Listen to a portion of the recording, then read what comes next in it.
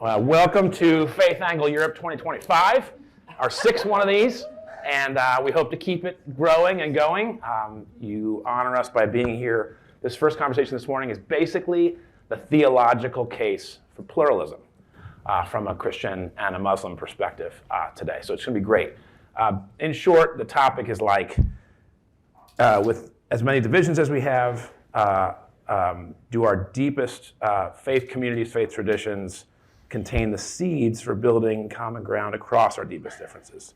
The war in Ukraine underway, with heightened antisemitism and Islamophobia, with the rise of national populism in Europe and the US.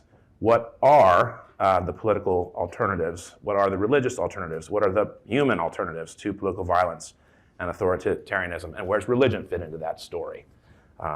Does particular religion, Islamic argument, Christian argument, not just political science, help advance this case for pluralism? This conversation asks whether sincere belief in a particular God can be harmonious with religious freedom of others and ultimately with human flourishing. So, of course, we recognize that bad religion exists and can exist, but how can personal devotion to the divine strengthen our commitment to human dignity, humility, curiosity, and the responses we can take to suffering? Two speakers, Shaykh Hamza Yusuf, who is actually going to speak second, we just decided, real time, co-founded Zaytuna College in 2010, the first accredited Muslim liberal arts college in the United States. You have his bio. He has strong ties to the Vatican, to the UN, to the Jordan Royal Academy. He's the vice president of the UAE-based Forum on Promoting Peace and Muslim societies. One of our friends, Graham Wood, describes Shaykh Hamza Yusuf as one of two of the most consequential voices in the Muslim community in the United States today. One of the two most prominent Muslim scholars in America. Joel Halldorf teaches church history at the University College Stockholm, where he also runs, while teaching, the Center for Modernity and Research. He writes regularly for Access, for Focus magazines, at the cultural desk of Expressen, which is a Swedish daily. His recent book on Pentecostal politics compares it with secularism, and his forthcoming book, Reading Matters, is written with the digital transformation in mind. Both wonderful scholars are going to take it away. So we're going to have remarks from Joel, remarks from Shaykh Hamza, and then over to you. And when you'd like to ask a question, and please do get in, maybe just put your table tent vertical and get in a queue, and we'll keep it going. Things are on the record unless you say something is off the record. And things are on the record unless you say something is off the record. So take it away, Joel. Thank you so much. And first of all, thank you for this wonderful invitation and the possibility to speak with you and be part of this conversation these days. I said to someone at breakfast, it's very unusual to meet people who are both so intelligent and so nice. So I count myself fortunate for that, and I hope that will continue in the question part of this session. Yes, so let me begin by taking you with me to Stockholm train station one afternoon a couple of years ago. I was there and it was buzzing with commuters. Everyone was looking to get home. I was doing the same, but I glanced up then to the departure board and realized that my train was late, as they often tend to be these days. So with a sigh, I went to the coffee shop and got in line. And then I felt a light tap on my shoulder. It was a friend or an acquaintance who was also stranded there. "How are you doing?" he asked me. And the thing was, on this particular day, I was not doing very well. It was bad to a point where I couldn't really fake it.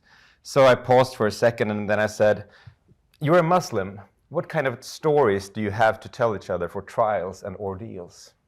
So he gave me a warm gaze and we found a table, sat down, had our coffee and exchanged stories. He quoted the Quran and told me hadiths. I told him about Jesus in Gethsemane, the people of the God wandering through the desert, David's Psalms of Lament. And it was a wonderful conversation and I learned so much from it and touched me also on a deeper level. But how do I make sense of that theologically? Shouldn't I, as a Christian, be able to find all the truths that I need within my own tradition? How can I theologically then make sense of this experience, this moment of consolation born from another faith? So theologically, there are three aspects of this encounter that I would like to try to account for and reflect about together with you. The first one is the presence of the other, of a Muslim, in a historical Christian country such as Sweden. The second is the meeting of minds, the realization that we both have, that we share certain truths across different traditions. And the third, and perhaps most challenging theologically, is the realization that I, as a Christian, gained new insights through this conversation. So we'll take these three in good order and begin with the question of pluralism. When Christianity emerged in the Roman Empire, it was a small and powerless sect. It existed as a persecuted minority for centuries, and by doing so, it learned how to live without dominance, without political or cultural dominance. And in the New Testament, Christians are never called to rule society from above. Rather, they are encouraged to make a life with people of other faiths. And the parable of the Good Samaritan found in Luke chapter 10 makes this clear. The background of the story is that Jews and Samaritans were divided by deep religious and ethnic hostilities. But Jesus casts the outsider, the Samaritan, as the moral hero of the story. True neighborly love, Jesus suggests, ignores boundaries of belief and blood. I'd like to connect back here with Luke Brotherton, who I believe was here last year, and he loves this story, and he often returns to it, and he reads it as a model for the church's political life. When we meet the stranger, Luke Brotherton writes, we can choose to kill, control, or exclude him or her. But the gospel offers another way, to turn a stranger into a friend and build a good life together with him or her. And Paul makes the same point in Romans 12, where he writes, if it is possible, as far as it depends on you, live at peace with everyone. But the early church's refusal to spread faith by force was not just a pragmatic acceptance of the fact that they lacked power. It reflected a deeper conviction theologically. Since the goal of the Christian life is to love God and grow in love, and love requires freedom, then coercion in matters of faith is a contradiction.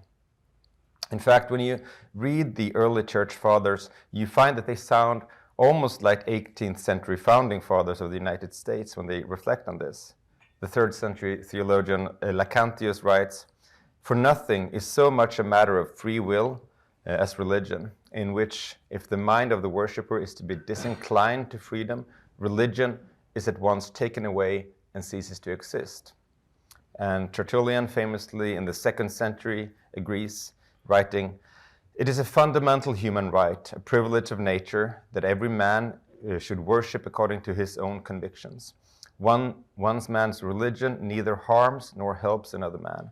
It is assuredly no part of religion to compel religion. And there are more quotes like this. Of course, this generosity has not always been applied by the church, certainly not in medieval Christendom. We can talk more about that and what happened there later. But there are, to conclude, two theological reasons for Christians to embrace pluralism as a political fact. The first is Jesus' call to his followers to make a life together with strangers, and the second, the fact that freedom is a prerequisite in a religion where the love of God is the primary goal. So what about the possibility of discovering traces of Christian truths outside the church walls? The early Christians faced this question as they lived amid the philosophical grandeur of Greece and Rome. And many of the church fathers were well read in Plato and the classics, and they recognized echoes of the gospel in these texts. Truth, they concluded, was not confined to the Christian revelation, but could also be glimpsed in nature, in philosophy, even in pagan religion. Paul wrote that creation itself testified to God's existence, and Justin Martyr in the 2nd century spoke of the logos spermaticos, the seeds of reason scattered throughout the world, allowing pagan philosophers to grasp fragments of divine truth. Augustine explained this further.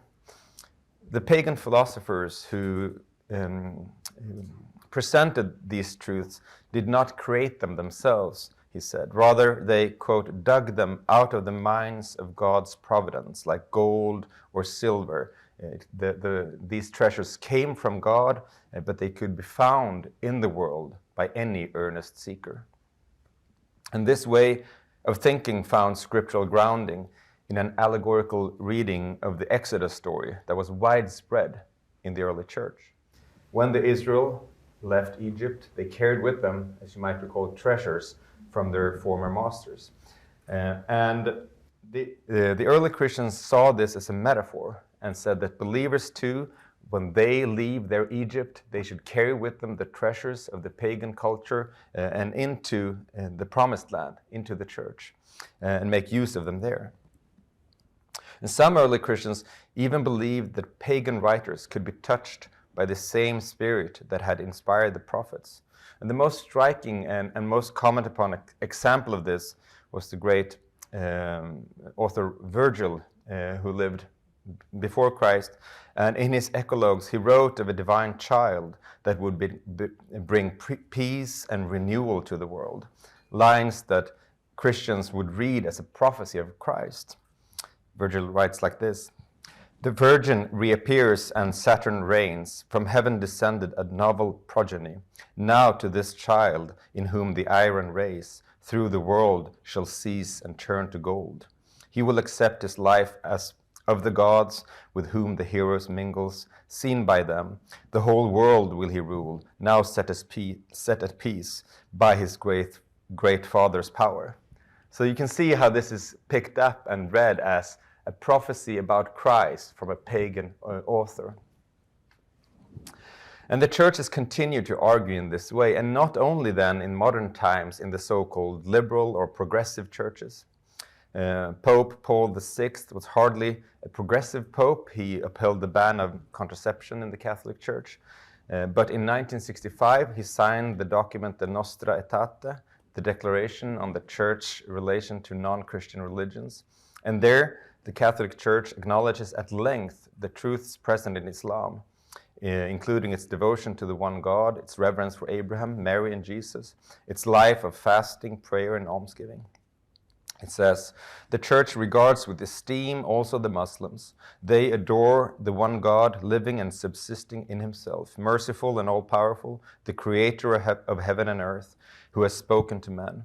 They take pains to submit wholeheartedly to even his inscrutable decrees, just as Abraham, with whom the faith of Islam takes pleasure in linking itself, submitted to God." And 2 weeks ago, when the anniversary of Nostra Aetate was celebrated, Pope Leo XIV confirmed this when he said, "This luminous document teaches us to meet the followers of other religions not as outsiders, but as traveling companions on the path to truth, to honor differences, affirming our common humanity, and to discern in every sincere religious search a reflection of the one divine mystery that embraces all creation." So the last point then is, if truth can be glimpsed outside the church, the next question is whether Christians can also receive new insights from others. This brings us to the third aspect of my encounter, the experience of learning something new from another religion. It is one thing to say that other faiths have caught glimpses of divine truth, but quite another to suggest that Christians might discover new truths through them. Yet this too is often what happens in genuine encounters. A good place to begin thinking about this is in the tradition of apophatic theology, the via negativa, which emphasizes the unknowability of God and the impossibility to speak with any precision about God. Or as Pete Wiener put in an essay I read yesterday, human language is always an imperfect reflection of divine reality. And this is something that is a fundamental insight in the early church. And from this perspective arises an epistemic humility, a realization of how little we know and can express in Christian thought. And it's seen in an intricate way in the New Testament, where Christ is confessed as the fullness of revelation, but what is revealed remains always a mystery. Christ is the apocalypse, it's the revelation, but the revelation is the revelation of a mystery, mysterium. And it can never be fully grasped, never fully exhausted. And the early church fathers insisted of this. Gregory of Nyssa wrote, "Concepts create idols. Only wonder comprehends anything." And elsewhere, Nissa described God as beyond the reach not only of the human, but of the angelic, unthinkable, unutterable, above all expression in word. This might sound paradoxical, especially since we're talking about a creedal faith that has defined its belief with precision, most famously in the Nicene Creed, which marks its 1,700,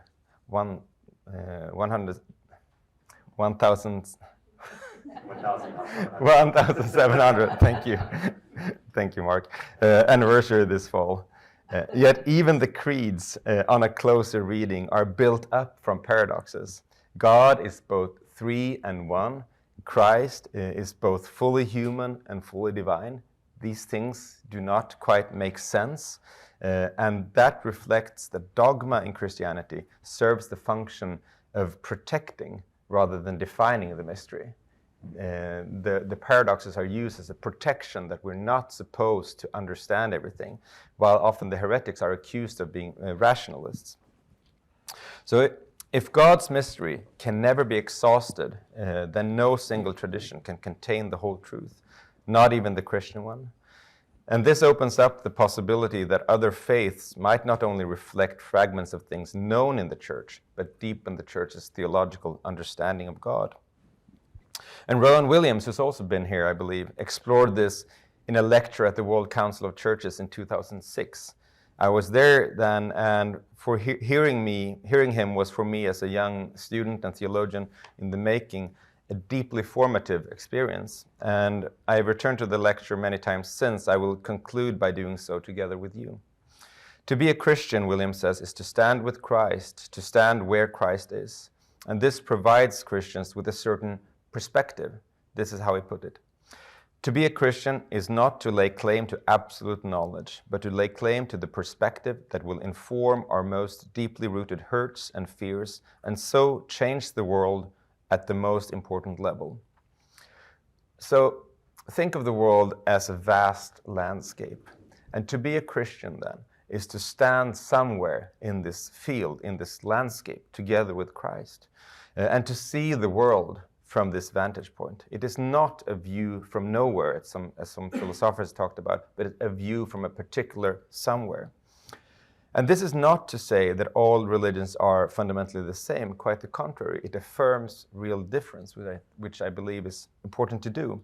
We are positioned in different places in the world, and therefore the world appears different to us. And further, I may still, as a Christian, believe that standing next to Christ offers the best position available. It is the best account available, as the philosopher Charles Taylor has put it when he explains why we hold on to a worldview. But even that does not mean that I see everything. Others, standing elsewhere, will perceive what lies beyond my horizon, and from them I can learn. So William goes on, in what sense is this an exclusive claim? He asks, and continues, in one way, it can be nothing except exclusive. Yet he also emphasizes that a Christian does not see all that can be seen from other vantage points. He or she would be foolish to say that nothing can be seen, or that every other perspective distorts reality so badly that no truth can be told. So the exchange that I had in Stockholm will, to quote Williams, tell me that there may be things enormously significant that my own perspective has not taught me to see or value. So this is, to conclude, what happened that afternoon at the train station in Stockholm. Learning from my Muslim friend not only meant that I was reminded about things that I might have forgotten, but allowed me to glimpse truths within his tradition that were new to me but still resonated as truth. So we can, to conclude, understand such moments of revelation through two insights. The first is that truth, the logos spermatikos, is scattered throughout the world, available to all who seek it. And the second is that the epistemological humility born of the apophatic tradition, it's a bit of a, what do you say, tongue wriggler, the epistemological humility born of the apophatic tradition, the recognition that Christianity, for all its depth, does not exhaust the mystery of God, and that there is always more to learn. And this is a theological argument. But again, let us think about the parable of the Good Samaritan. who also reminds us that truth cannot be separated from virtue. Theological reflections can help us to make sense of religious pluralism, but to live well with others is a practice that demands what the Samaritan had, demands love. So when Jesus tells the story of the Good Samaritan, it is in response to the question, what is it to love my neighbor? And it is love that prompts the response of the Samaritan. To meet the challenges of our time, people of faith must think theologically about pluralism, but they must also grow in love. And this means going deeper, not just intellectually, but also in the wellsprings of spirituality that nourishes the fruits of the Spirit in our lives and our communities. These fruits, of course, stand in stark contrast to the fear and the hostility that dominate so much of public life today. But they're not merely tolerance, acceptance, or understanding that we might use as political terms. They're much more radical.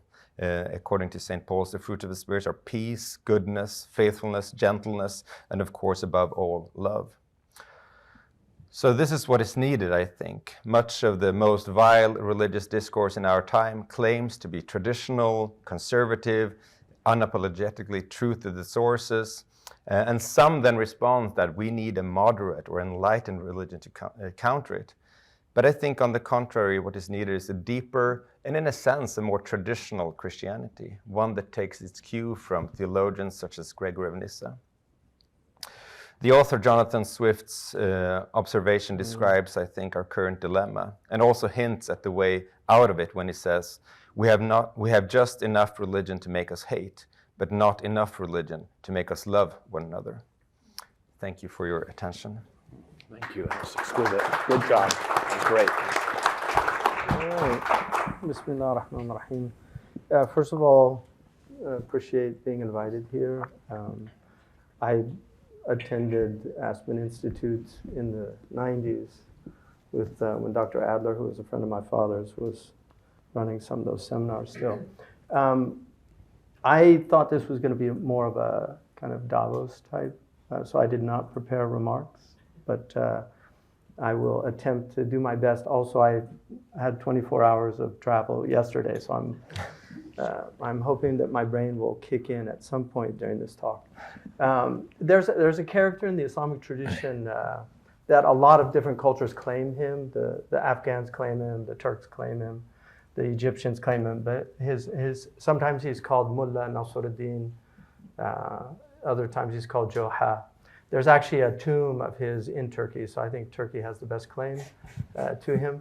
But there's a lot of stories that he's involved in, and one of them is he was on the side of a river, and somebody on the other side asked him, "How do you get to the other side?" And Mullah famously said, "You're already on the other side." And that illustrates a point very important and often missed by people, which is perspective is very different based on the vantage point from which you are looking. And it's important to recognize sometimes the other perspectives. One of the patron saints of Europe is Edith Stein, and she did her PhD in Germany, and she wrote on the problem of empathy. And she was one of the people that recognized early on the dangers of the rise of the Nazis in Germany, and actually wrote to the Pope in the early 30s, warning about the black clouds that she saw on the horizon if the church did not recognize the dangers that were arising. And I think this is kind of the Cassandra problem. There are people that see things and we don't really listen to them. A really good example of that is Wilhelm Brandt. He wrote a book, or he actually had a commission on the North and South problem back in the 70s. And it was all in there. If you go back and look at that, you'll kind of be shocked, like what he was already seeing about what was happening in the world. Another person, oddly enough, who I think saw things was Richard Nixon, who in the early 80s wrote a book called Seize the Moment. And one of the things that he argues in there is that we need to engage moderate Islam now, because if we don't, another type of Islam is going to emerge. Kennedy famously said that if you don't let a peaceful revolution occur, then violent revolution becomes inevitable. And so, a lot of the problems that we're facing are due to decisions that were made a long time ago by people that really we don't know. We don't even know their names anymore, but we're affected by them deeply. And so this is one of the big problems. In terms of pluralism, obviously you have political pluralism, which is new to the West, relatively. The idea that people have the right to express their beliefs and have freedom of religion. This is relatively new in the West. Whereas in the Muslim world, Islam begins with this idea. The Quran clearly states, and this is in the 2nd chapter, La ikraha fid din, there's no coercion in religion. The idea is that if you coerce people in religion, what you produce is hypocrites. And no religion, hypocrisy is one of the worst qualities. In fact, in the Quran, it says the hypocrites are in the lowest place in hell. So it's not really something that you want to cultivate, religious hypocrisy. And coercion in religion ultimately will result in that. There's a wonderful book that was written recently by Juan Cole called Muhammad, Prophet of Peace. And he makes an argument in there, and he's a world-class historian, but he makes an argument in there that the Prophet Muhammad's mission was primarily to promote freedom of religion and an anti-war message, because he understood that commerce was what made the world work. And so the worst thing for commerce, unless you're in the business of selling weapons, is war. People that are merchants do not like war because war disrupts commerce. And so when you see, there are many, many hadiths about protecting other religious communities. And this was one of the earliest examples of that, is the fact that the Christian monasteries during the iconoclastic period, which is where the Orthodox Church began to destroy all the icons. Well, the only icons that you have from that late 7th century period are from the monasteries that were in the Muslim lands, because they were actually protected. The Muslims protected them. If you look, one of the things that we're dealing with now is this idea somehow that the Christians in Syria, for instance, that Islam persecutes Christians. Well, the question one has to ask is, how are they even there if the Muslims ruled Syria for centuries? Like, if Islam wants to eliminate and destroy religious communities, how are these communities still there? How are there 12 million Coptic Christians in Egypt? That's a lot of people. There's still a Jewish community in Iran. There are still Jewish families in Morocco. André Azoulay, who is a Jewish man, is from a Jewish community that has been in Morocco for centuries. They fled persecution. The great synagogues of Eastern Europe that the Ottomans helped build from the Spanish Jews that fled from Spain to the Muslim world. So the Muslim civilization has been a haven for religiously persecuted communities. And if you read, there's a wonderful book by a Stanford professor of history called When Christians Met Muslims, which is about the fact that the Christians of the Levant saw the Muslims largely as liberators because they were being persecuted. The Nestorians, the Melkites, the Jacobites. Look at all these religious communities that disappeared. They don't exist in Europe, but they're still there in the Middle East. The Maronite tradition, which has been reunited with the Catholic Church, but it was persecuted.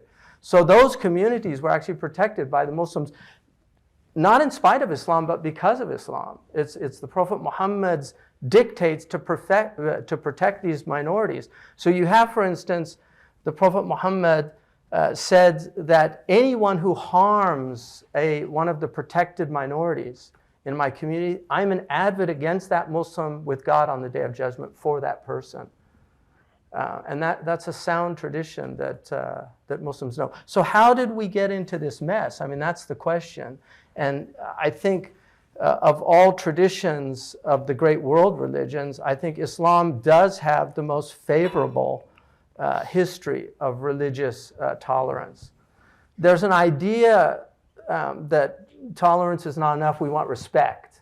But I think tolerance is a good baseline to start with. You know, if you don't have tolerance and you're asking for respect, I think you're setting the bar too high. I mean, you know, like the joke says, a Muslim, a Christian, and a Jew walked into a bar, right?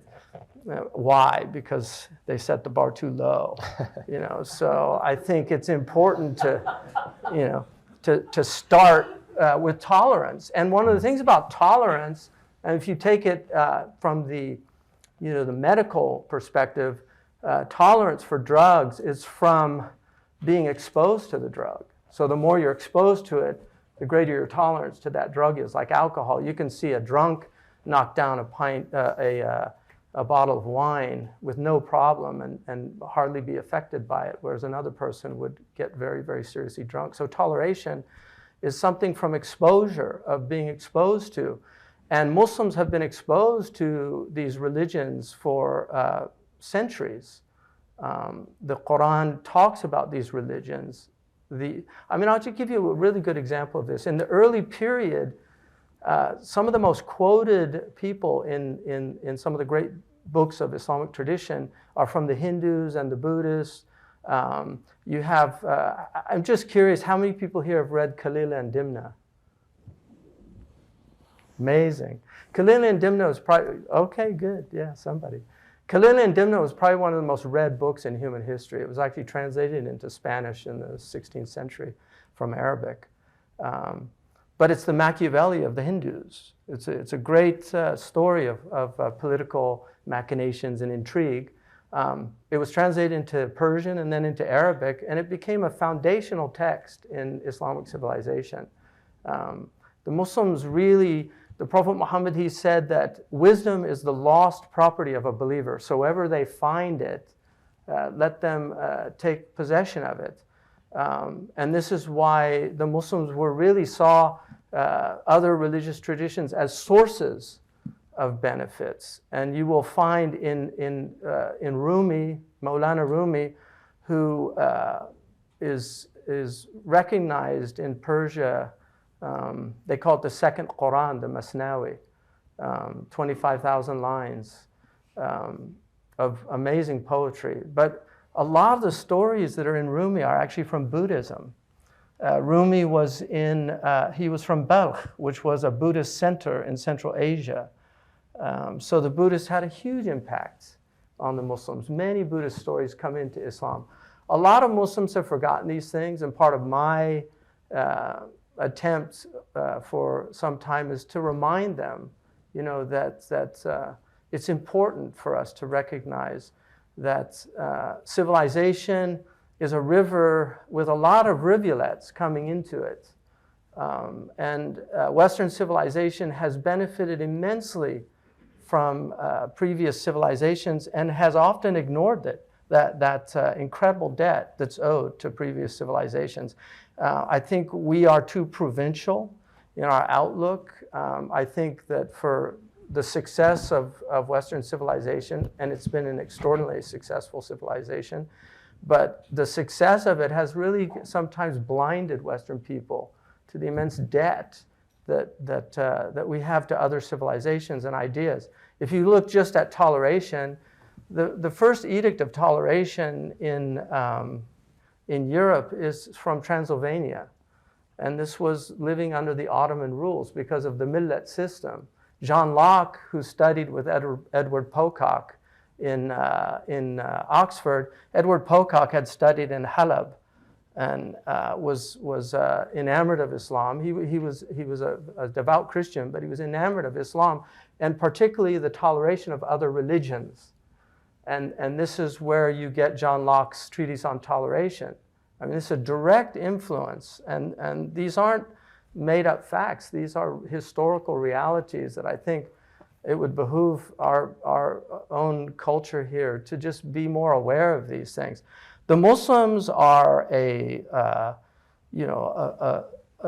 civilization that's grappling with a lot of major problems. I think if you really want to understand it, and many years ago, right after 9/11, because I'd been into the Bush White House representing quote unquote Muslims, I ended up doing a lot of things, but one of the things that I did was an in-service for the BBC journalists. This 2001, I think it was actually in October, it was right after September. And I remember the BBC, the producer that introduced me to all these journalists, he said, pay very close attention because this is going to be a story that doesn't go away for the rest of your life. And I thought at the time it sounded crazy, you know, but he saw something that other people didn't see, you know, that Muslims are almost 2 billion people. It's almost 1/4 of every human being on the planet. So this religion's not going away, and I think we need to grapple with it. A good example of somebody who decided to do that is Gary Wills, who is a historian of religion, Yale graduate in classics, brilliant man. Wrote a wonderful book on the Gettysburg Address, if you're interested in rhetoric. But he basically, he was in a gathering after 9/11, and somebody, they were talking about Islam, and somebody said, well, you're a historian of religion, you must know about Islam. Is the Quran crazy? And Gary Wills said he had to admit he'd never read the Quran. And so he decided, he actually spent a year just studying the Quran and wrote a remarkable book called What the Quran Says and Why It Matters. And he actually illustrates in that book that he was very surprised at how enlightened the worldview of the Quran was. And so it's a wonderful resource to read. But the book that I would really recommend if you want to understand what's happening in the Muslim world and with Muslims is a book by William Polk. And William Polk, to me, is an extraordinarily important writer. He had an amazing career. He's one of those rare intellectuals that was in both the Forum and the Tower, because we have way too many eggheads and pontificators that are in these ivory towers that have never really been involved in life. And they just look at things in such an abstract way, and they haven't been in these political environments where decisions are made that sometimes are very difficult. But he was both. He was an advisor under Kennedy. He has an amazingly long life. He was in Palestine in 1947. He wrote an extraordinary book on the Palestinian-Israeli crisis in 1954, Prelude to Tragedy. But his book that I would really recommend is called Crusade and Jihad, the 1,000-Year War between the global North and the global South. I think it's a really important book. I think Dr. Ra's books, Olivia, I'm a big fan of his work. He's written some remarkable and very important works about quote-unquote political Islam. And I think one of the biggest problems for me is that it's this idea that somehow, yeah, there's lots of good Muslims in the world, you know, but they're good because they're not following their religion. Right? This is a really very, very strong opinion that a lot of people, especially in my own country, in the United States, I mean, we have Christian fundamentalists that really, I mean, I used to go to a Christian bookstore and they had Islam under Satanism. And I mean, this is what you're dealing with. And there's no way they'll believe that the Muslims worship God. They worship a moon god, you know, or something.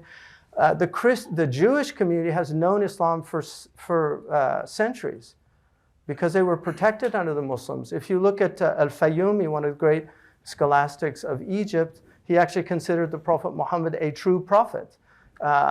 George Kohler, in his book on Jewish theology, in his chapter on Islam and Judaism, says that while the Christians are half proselytes because they get God wrong with the Trinity, the Muslims are full proselytes and proselytizers of the Noahidic tradition and preparing the world for the coming of the Messiah. So this was traditional Judaism. They recognized Islam as a providential force. So I think the Muslims right now are, in that book, William Polk shows that since 1521, with the Russian invasion of the Khanate states, there's just been a constant onslaught. And I don't think people think about, the reign of terror, they estimate about 17,000 people were in France. About 17,000 people were killed in the reign of terror. I mean, that's a day's work for modern warfare. It's just not a lot. But that was considered a massive massacre of people. If you look at some of the French problems here, people don't know about the Pied Noir. They don't know about Algeria and what happened in Algeria. The fact that Le Pen is from one of these Algerian families. They hate Muslims. They felt that they owned Algeria. And de Gaulle was forced to, because of the sentiment in this country, was forced to repatriate these people to France. The Haraki, people don't know about the Haraki people. They estimate probably between 30 and 150,000 Algerians that defended the French in Algeria were massacred by the new Algerian regime that came in. That's a lot of people. But people, we've got 1 million Afghans that are dead. We've got 1 million Iraqis that are dead. There's not an Iraqi family that doesn't have a tragic story to tell. I mean, this is deep trauma. I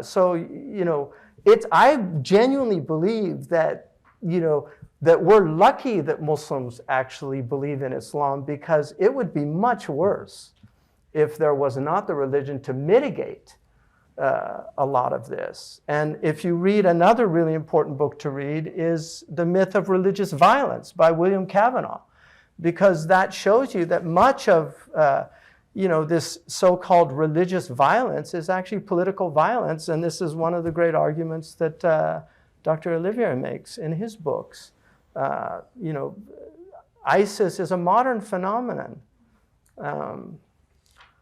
Bin Laden and these people are modern. I mean, even here in 2016 on Bastille Day, when this Tunisian killed these poor people here, I mean, this guy was, a profligate. He was not, French intelligence knew quite a bit about him. He was not a good guy. He was beating his wife with domestic violence and things like this. She actually left him. But for whatever reasons, he became unhinged. When an American flies an airplane into the IRS building, a small plane, out of protest, that's political terror as far as I can tell, but he was just crazy. Whereas when a Muslim does it, somehow, these motivated by Islam. No, these are sick people. They're unhinged people. My own teacher was asked about Charlie Hebdo, and he said, some of your crazy people riled up some of our crazy people. But as for the people of intelligence, they had nothing to do with it. And so this is one of the major problems that Muslims face, is that we are not an enfranchised community in the West. And I mean by that, in some places we can vote, but I mean by that, if one Muslim does something, the whole religion is tainted because of that act.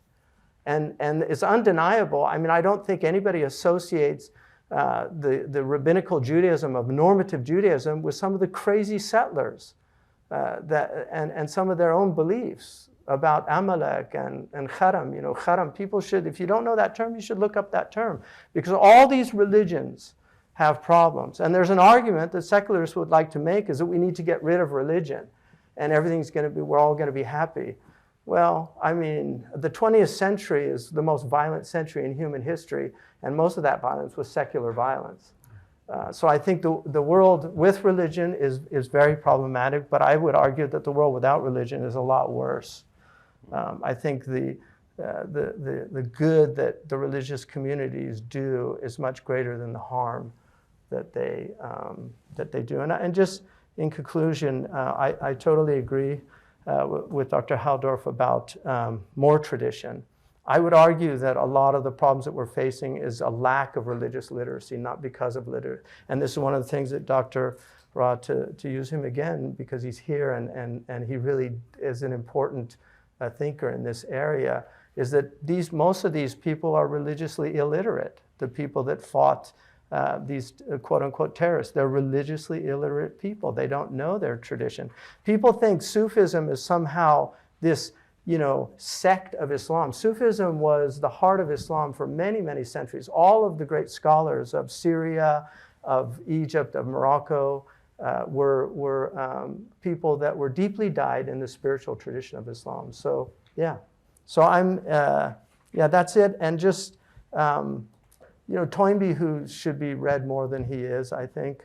Toynbee wrote an essay in 1947 called Islam in the West.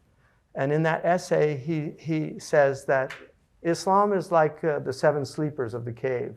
One day it will wake up. We don't know when.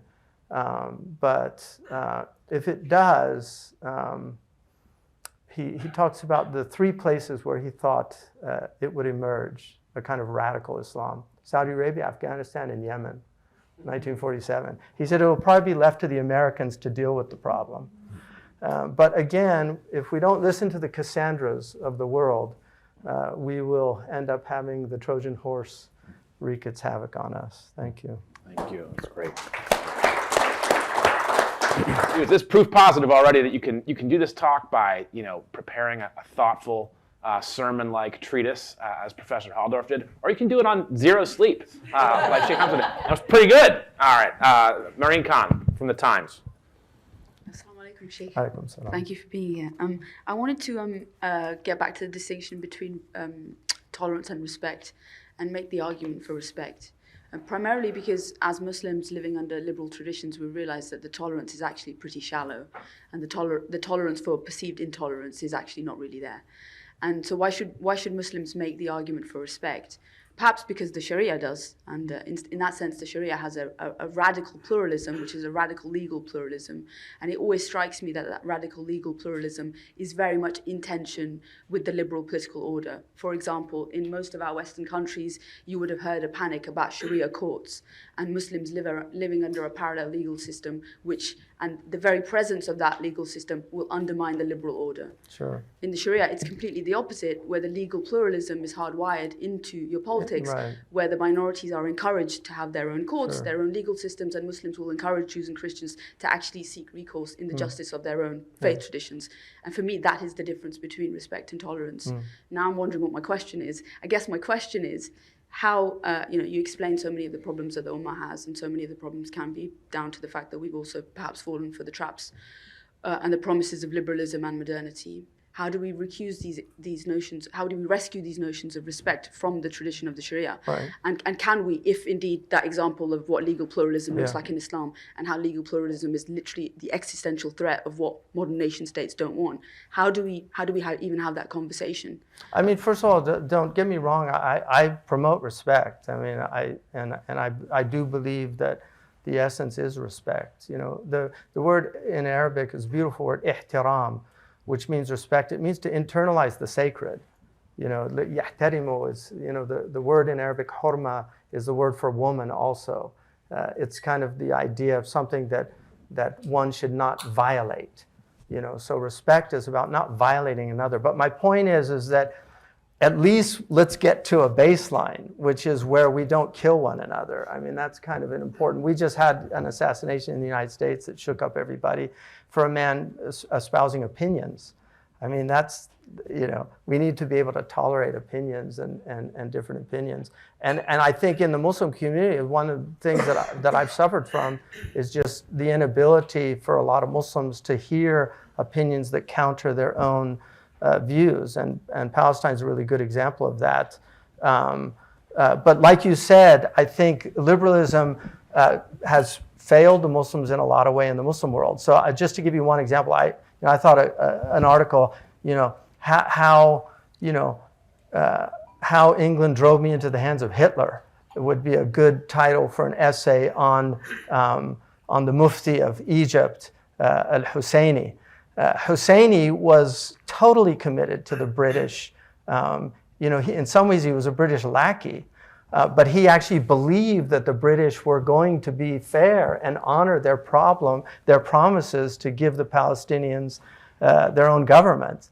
And then eventually, 1936 happens. He had to make a decision. He went with and then Churchill actually set him up for assassination in Iraq. He escaped to Iran and then ended up with Mussolini, right? And then Hitler. So there's somebody who really believed in, he would argue to the Palestinians, no, the British are honorable people. They believe in justice. They believe, and I think that a lot of, even Saudi Arabia is a really good example of a kind of unrequited love affair with the West. You know, a lot of Saudis just felt like we've bent over backwards, and then everybody turned after 9/11, you know, and suddenly Saudi Arabia was this, you know, evil empire. I mean, it's just amazing. So I think, you know, these are huge problems, but pluralism to me, you know, the Muslims have forgotten their tradition in a lot of ways. And I'll give you a really good example of that. Abd al-Majid already in the 1830s had made citizenship a completely egalitarian phenomenon and removed the dhimma tradition and did that. There was definitely pushback from scholars, but there were scholars that totally promoted that the idea of a dhimmitude was one iteration of Islam. It wasn't embedded in the Sharia, that was one way of dealing with minority communities. But there are other ways, and that's why Sheikh Abdullah bin Bayyah wrote the Marrakesh Declaration, which is arguing for inclusive citizenship of all peoples with the same rights. And he makes that argument from the womb of Islam. It's not a modernist opinion. He's making the argument from the tradition itself. So I agree with you that, you know, there is within the tradition, you know, a great deal of flexibility. Sharia law, you know, the area that the non-Muslims focus on most, or peoples of other faiths focus on most in our tradition, is called the ahkam al-sultaniya, which are rules that relate to governance. This is probably the smallest section in a book of Sharia. The largest section in the book of Sharia is on prayer, of sacred law. It's on purification and prayer. The second largest is on marriage and divorce laws. You know, this is the foundation of Islam, is spirituality, and then family, how we maintain families and keep families preserved. Hassan from Frontlines Magazine, editor-in-chief. New Lines. New Lines, excuse me. Of course. Yeah. It's the same meaning. So I had actually two questions, but I think I'll just do one for now.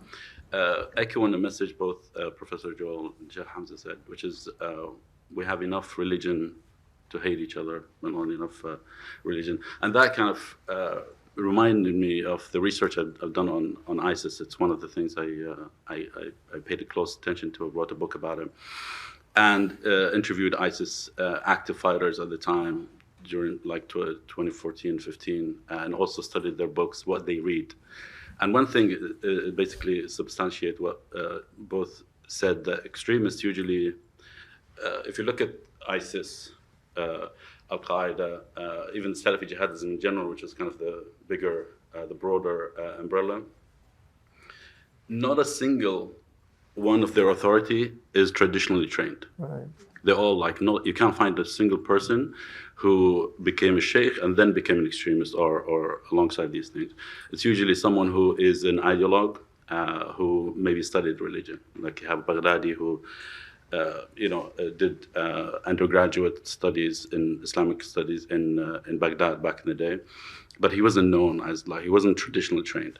And I think that goes to the core of what both said about religion, that these like extremists, people who are espouse these ideas, tend to be politically motivated. They're more ideological than religious, and they're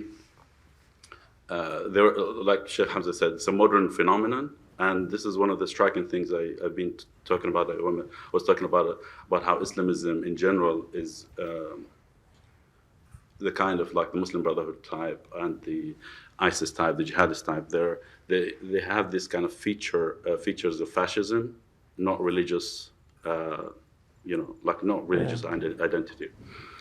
So my question is basically, how do you, like, I'm just just reinforcing the idea, but also wondering if there are ways to basically deal with this kind of stuff. How do you, I think even the MI5, I think they did, MI6, I think, The home. Which one is the? MI5. MI5. Yeah. They did a study based on terrorists who were in jail, and they found that most of them never studied religion. Yeah. They were all illiterate. So, like, how do you deal with that? My second question kind of comes from that, but I will ask it later, I think. I think this is a huge problem in many traditions, and I think to begin with we can just conclude that something happens with religion when we enter modernity, because it takes away wisdom that is passed on through stories and parables and sayings, and adjusts it to a world that is becoming more of scientific in the natural sciences type of way, and there you can see that it happens adaptations there, and the strive for a univocal message that is supposed to be clear. And there's no coincidence, I think, that we see the rise of fundamentalism, both Christian and Muslim, in like around the year 1900. And of course, to pass on religious knowledge in the more deeper sense is much more like passing on a craft. It's not a number of propositions, but it is giving someone tools to think and work through the world, and that is done best through a master and disciple relationship. This is how it's always been done. But this would take enormous resources. Our educational institutions are not created for that even. And if you look today, to fast forward to how knowledge is very much spread today through the social media, it's much more beneficial to spread a propositional type of religion that is simplified. So I just think we have to acknowledge that we have huge challenges here of giving forth a deep and profound understanding of religion, but not waver for the fact that this is actually the more traditional way. This is how it has been done, and it is the current era that are posing us with I mean, not entirely new challenges, of course, they're always been around, but they're heightening these type of challenges. Lauren Jackson from the New York Times, the Believing column. Thank you guys so much. I really, really enjoyed this. You have mentioned, Hamza specifically, you've mentioned many threats to pluralism. I listed them. Ignorance, lack of religious literacy, fundamentalism, poor mental health. To a certain extent, we've focused on those being rooted in the individual, but I'd love for you all to riff for a bit on some of the biggest structural threats to pluralism that you see. Okay, structural threats within the religion or just generally? Both. I actually would be very interested in both. I mean, I think probably one of the biggest threats is that each of these traditions have within them ways of interpreting that are very, very, supersessionist. There's levels of intolerance that come right out of the tradition itself. So I think, I'll give you a good example. Acts, if you take Acts, which is one of my favorite books in the New Testament, I mean, the story of the centurion, Cornelius, it's a beautiful story, and Peter kind of recognizes, if somebody's good, wherever they are, wherever in the world, they're going to be accepted by God. Well, Acts also has some kind of the basis of antisemitism in the Christian tradition as well. So each of these traditions, and I could give examples from Islam, I shouldn't pick on Christianity because we have our own problems. We do have apostasy laws. A lot of people think these laws are written in stone. There's arguments that they aren't. So changing the views within the community is going to take a lot of time. It's going to take commitments from governments, because Islam is still the state religion in the vast majority of Muslim states. And curriculum, a lot of Muslims see the kind of attempts at changing the curriculum. It's changing the religion. And another major, huge problem we have is cultural Islam. A lot of culture is seen as Islam.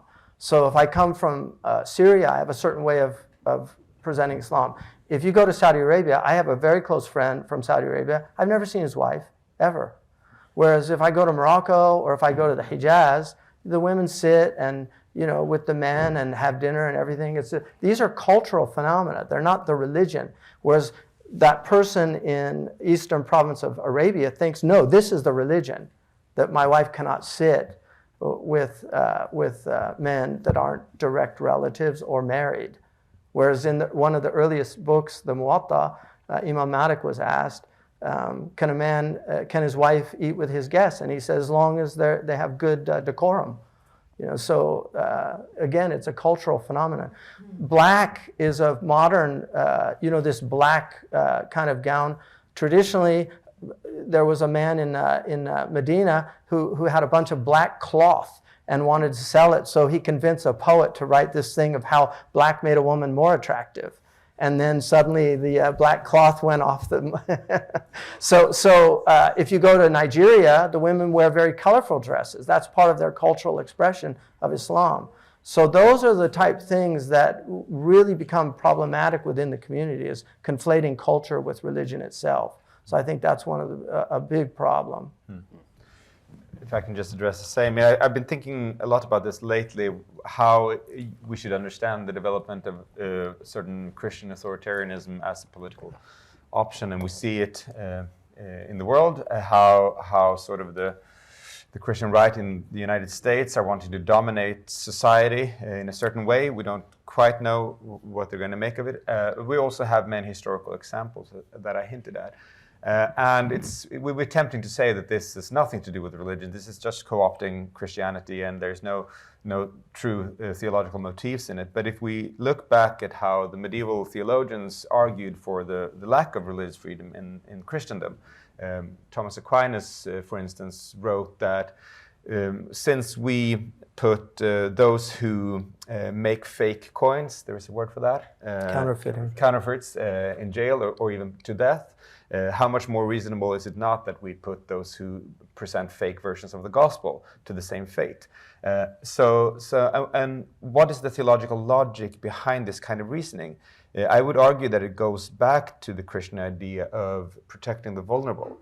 You don't want in society the spread of things that could be dangerous for people, in a similar way that we don't want the spread of drugs in our society, because we feel that, okay, some people can navigate this, but some people will not be able to navigate this, and they will perish. And I think this is also what's happening today. The authoritarian politics that is developed from religious standpoints are rooted in a misguided, of course, idea of to protect the vulnerable by creating very authoritarian societies where it should not be possible to make wrong choices. And of course, there's a certain pragmatism here, because all societies need to navigate this sort of protection with freedom. But we can see that the religious groups are using sort of theological argument to move the tandem towards more control and so forth. So perhaps that's something. That's good. Fraser Nelson with the Times. Hit that button if you would, Fraser. Oh, sorry, this one here? Yeah, perfect. Okay, great. Hamza, you give us lots of great quotes there about the Quran's exhortations for tolerance, but there are many, many other quotes from the Prophet's Medina period that are way more familiar to those who are arguing that Islam is a inimical Western values, a cultural threat. Right. There's all sorts of, if Ayan Hirsi Ali was here, she would give you quote after quote after quote, which in her view says that Islam is not a religion of peace. People like you are apostates or freaks, and that if you were to, and that if you want to find out what the true nature of Islam, then why isn't it there are more people like you making this argument in public? And now this is a difficult argument to counter, because in Britain anyway, most of the moderate Muslims run a million miles away from this debate, as you would expect, because it's by and large a deranged debate. Many of those who are advocates usually aren't the best representatives of liberal Islam, as you would put it. So how would you respond to those who are saying that your argument is fringe, and that the reason that we don't hear more from people like you is because there are very few people like you? Well, I mean, I don't think that's true, because a lot of the voices, like my voice, are not amplified. If it bleeds, it leads. I mean, the media has a lot to do, because they are constantly putting forward these crazy voices and not putting forward moderate. There are lots of moderate voices in England. Pirzada, they have the college there in England. The Cambridge Muslim College is another example. I mean, these are very moderate voices that represent the vast majority of Muslims. But political Islam has been popular for over 100 years now, and a lot of it has to do with colonialism and this, how do we deal with the fact that, and this is why I would really recommend reading William Polk's book, because he really shows that the Islamic attempts at repelling colonialism failed. These great, like Amir Abdul Qadir Jazairi in Algeria, Abdul Karim al-Rifi, these were devout Muslims, Shama'il. They were praised by Europeans. They were praised by them. We have a city called Kadir, Ohio, which is named after Amir Abdul Qadir Jazairi. He was honored by the French. Napoleon III gave him medals because he's honored at the Red Cross in Switzerland. There's a statue of him at the Red Cross.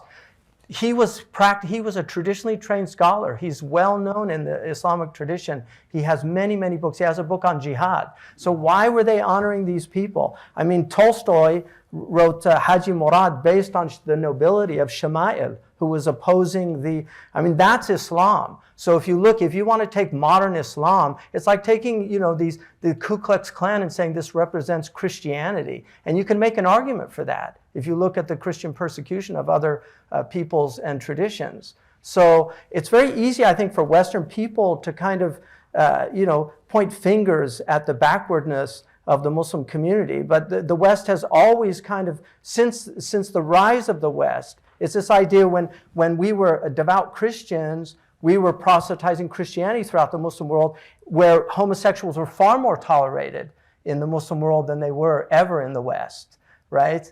I mean, they just kind of live and let live attitude, whereas the Christians were the ones that forced the transvestites this is well known, the transvestites of West Africa, the transvestites of India, who go to the weddings and dance for people. The Muslims just left them alone. It was the European Christians that said, you need to get rid of these people.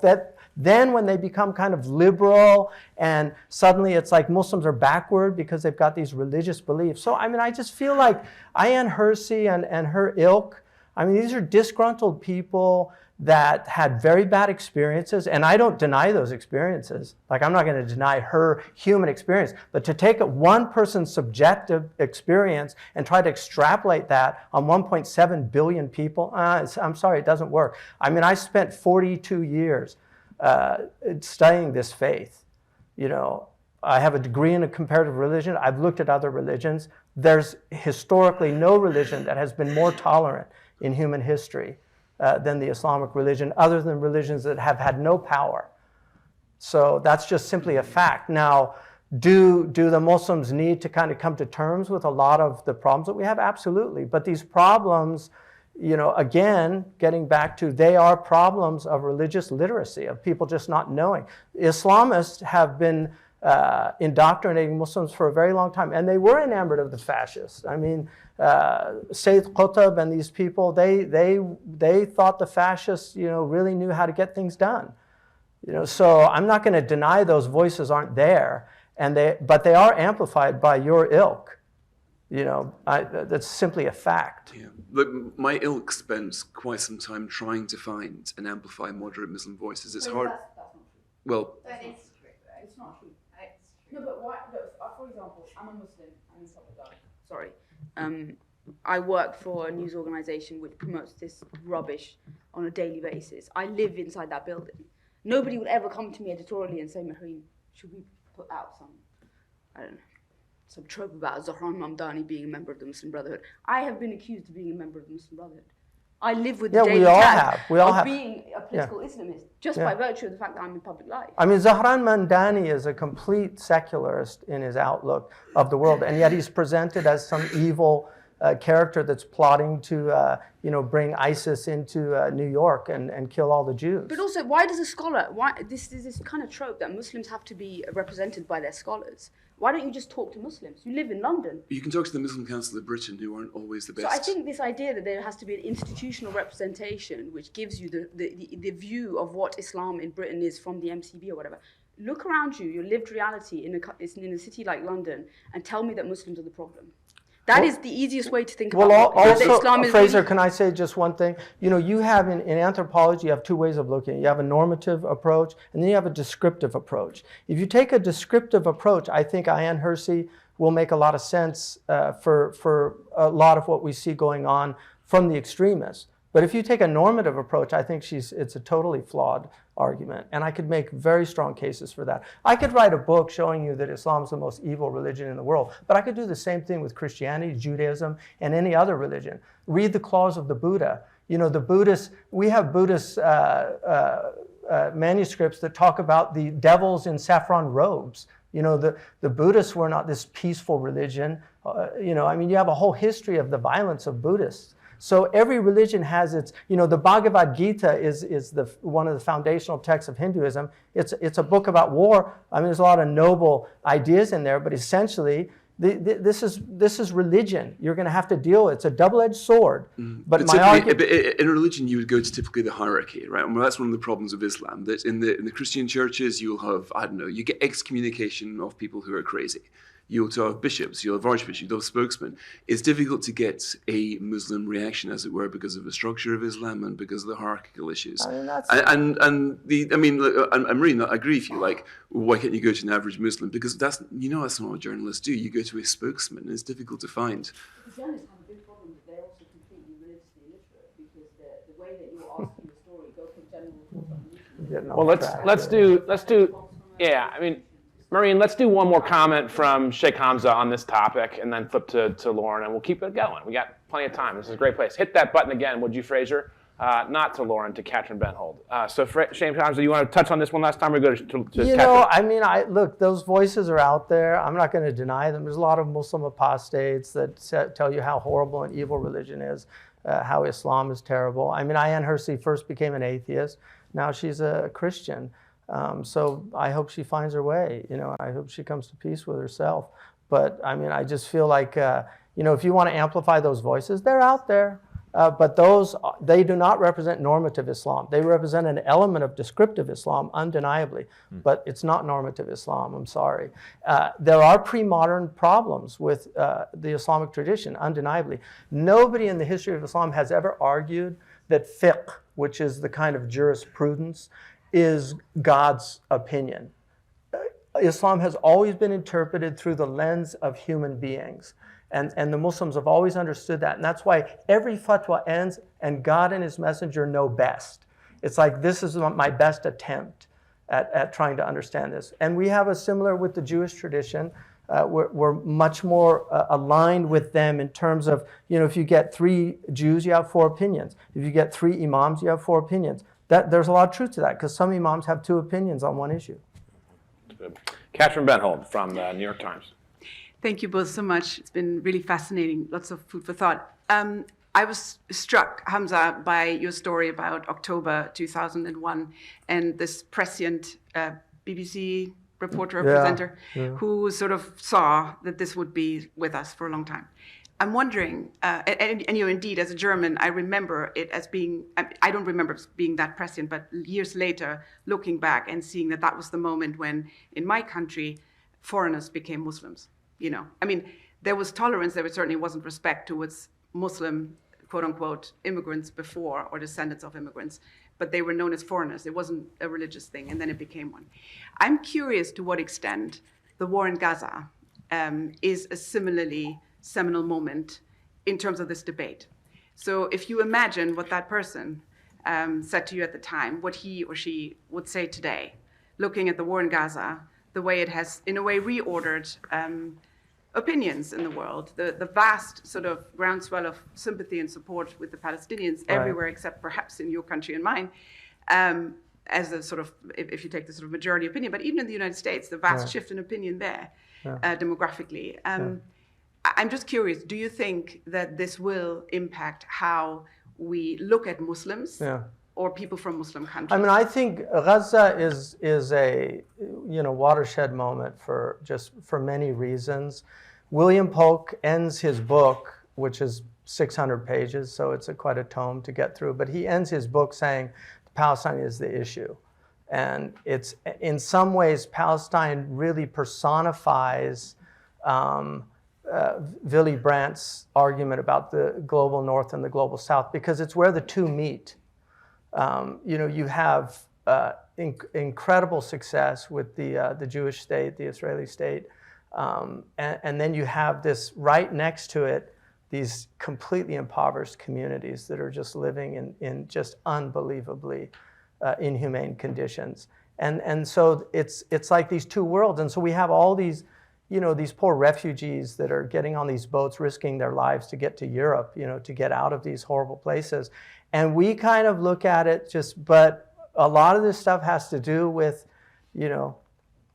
just this how we in the West, and I'm not I don't like playing victim cards, and I don't but I began my talk with that story from Mullah Nasruddin about just perspective.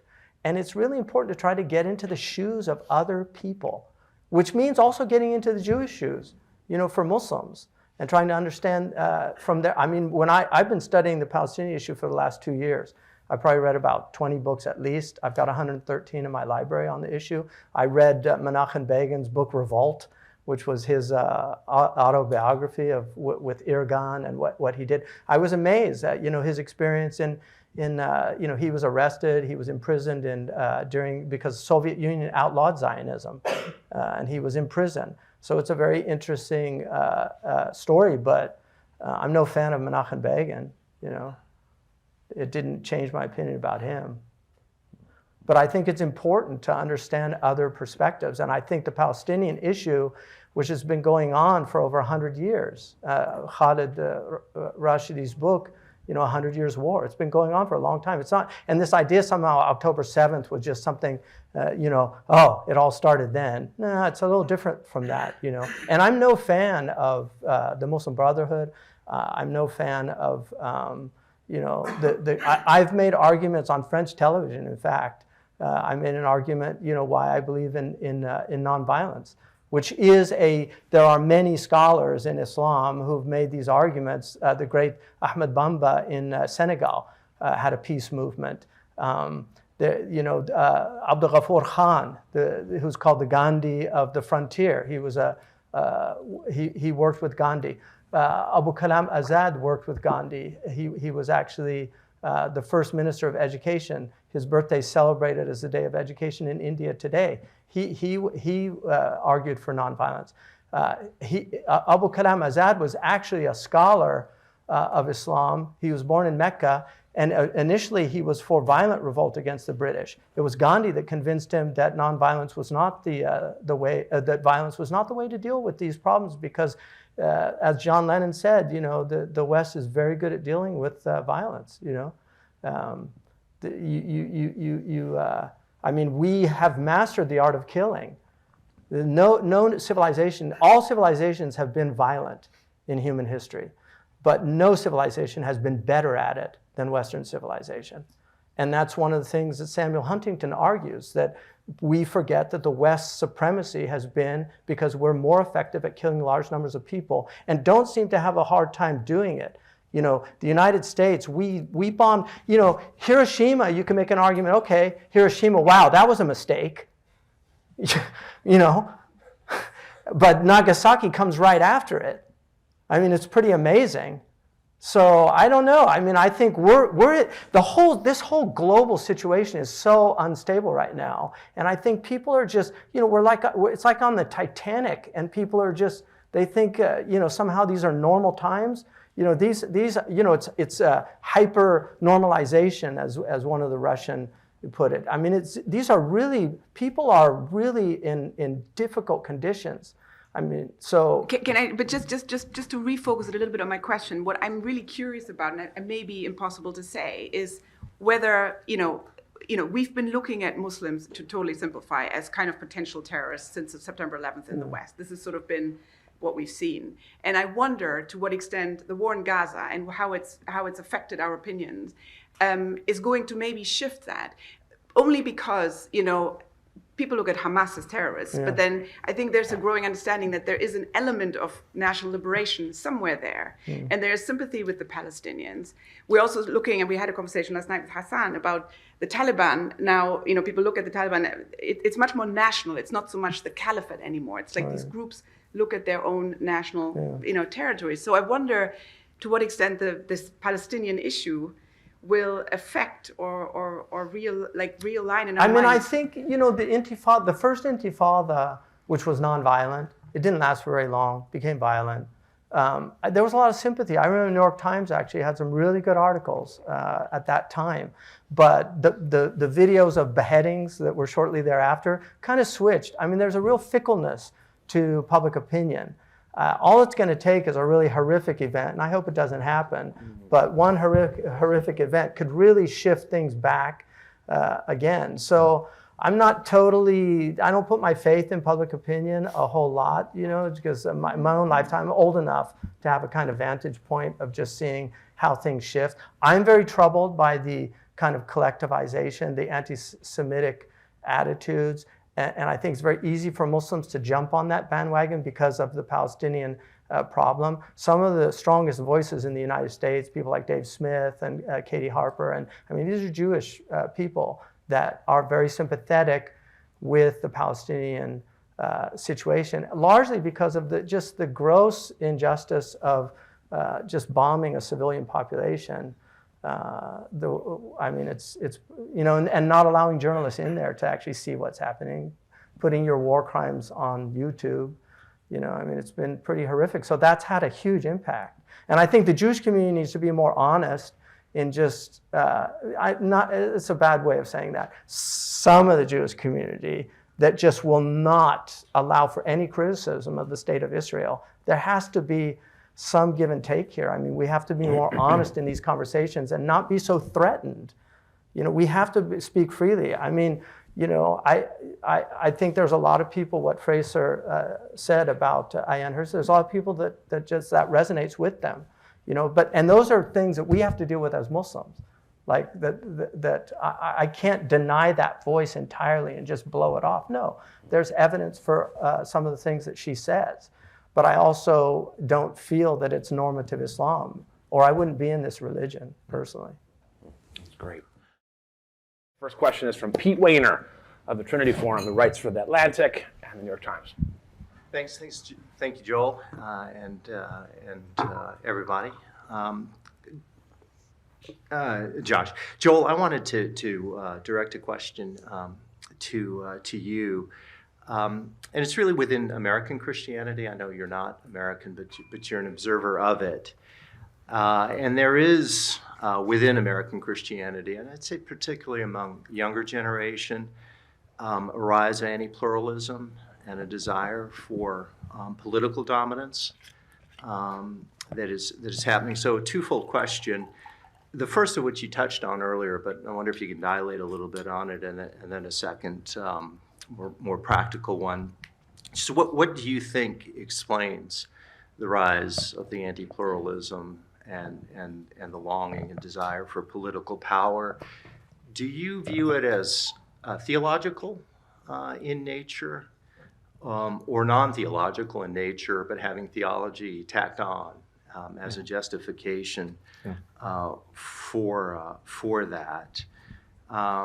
And secondly, given the complexity of human nature, the power of the dark passions, how do you make pluralism, and in a sense the release of power, relinquishing power, fashionable again? And just anecdotally, to set a little bit of a context, I mean, I know pastors in America, all across the country, who are really troubled by this rise, and not really politically as much as theologically. They feel like it's doing tremendous damage to the faith witness, but political damage as well. And in my sense is many of them feel overmatched and overpowered, and even afraid to weigh in on these issues, because to do so can elicit turmoil and within the congregations and split churches, so they stay away from it. So to those kind of people, what would you advise how to reach people to make pluralism and the faith that you described, which I think is both true and winsome in your remarks, something that wins the hearts of people. Thank you. Yeah, I think the theology is always in the mix. It's never innocent. So when you see a development in a church or a religious community, it's always going to be theology in some sense. Then we can argue from the normative perspective whether it's good or bad theology. But I prefer also as an historian to think about these developments through like the longue durée, the long lines of long narratives. And I was, when coming to, if I begin in this way, coming to the US the first time when I was 20 years old, brought up evangelical in Sweden, I was very easy to recognize myself within the worship, within the songs, the way people spoke, but politics was very strange because in Sweden evangelicalism is aligned with a more centrist position, left economics, and a bit conservative in terms of culture, but not in what was then the GOP in the year 2000. And it made me think a lot about this, and I think there are certain events in the history of evangelicalism that have sort of played out, that has pushed that tradition in the direction where it's now at. I think that the division between fundamentalist and modernist, the social gospel division, was much stronger in the United States in the 1920s, 1020s, than it was in Europe. It's often the case, you can see that religious communities orient themselves in relation to not their deep faith, but to where their opponents position themselves. So if you have opponents that go into the social gospel and are also liberal in theology, the fundamentalist response will be that we're going to be conservative and we're not going to touch social gospel. And if you move up a few decades, you have the conflict with the Soviet Union and Billy Graham making it an important part of the American opposition to what's happening in the USSR to be free, capitalist, and Christian, as opposed to communist and atheistic. So there you have also something that is aligning in, and these are, again, circumstances around, but they get embedded in theology and in the sociology. And then, of course, the fact that you have a two-party system and the alignment of the evangelicals from the 70s and onwards with the political party, where you can see, again, the difference between the Republican Party in the year 2000 and what happened during Donald Trump, and that the evangelicals just travel along on that trajectory, indicates that once you have wed yourself to political power, that's such a strong force in today's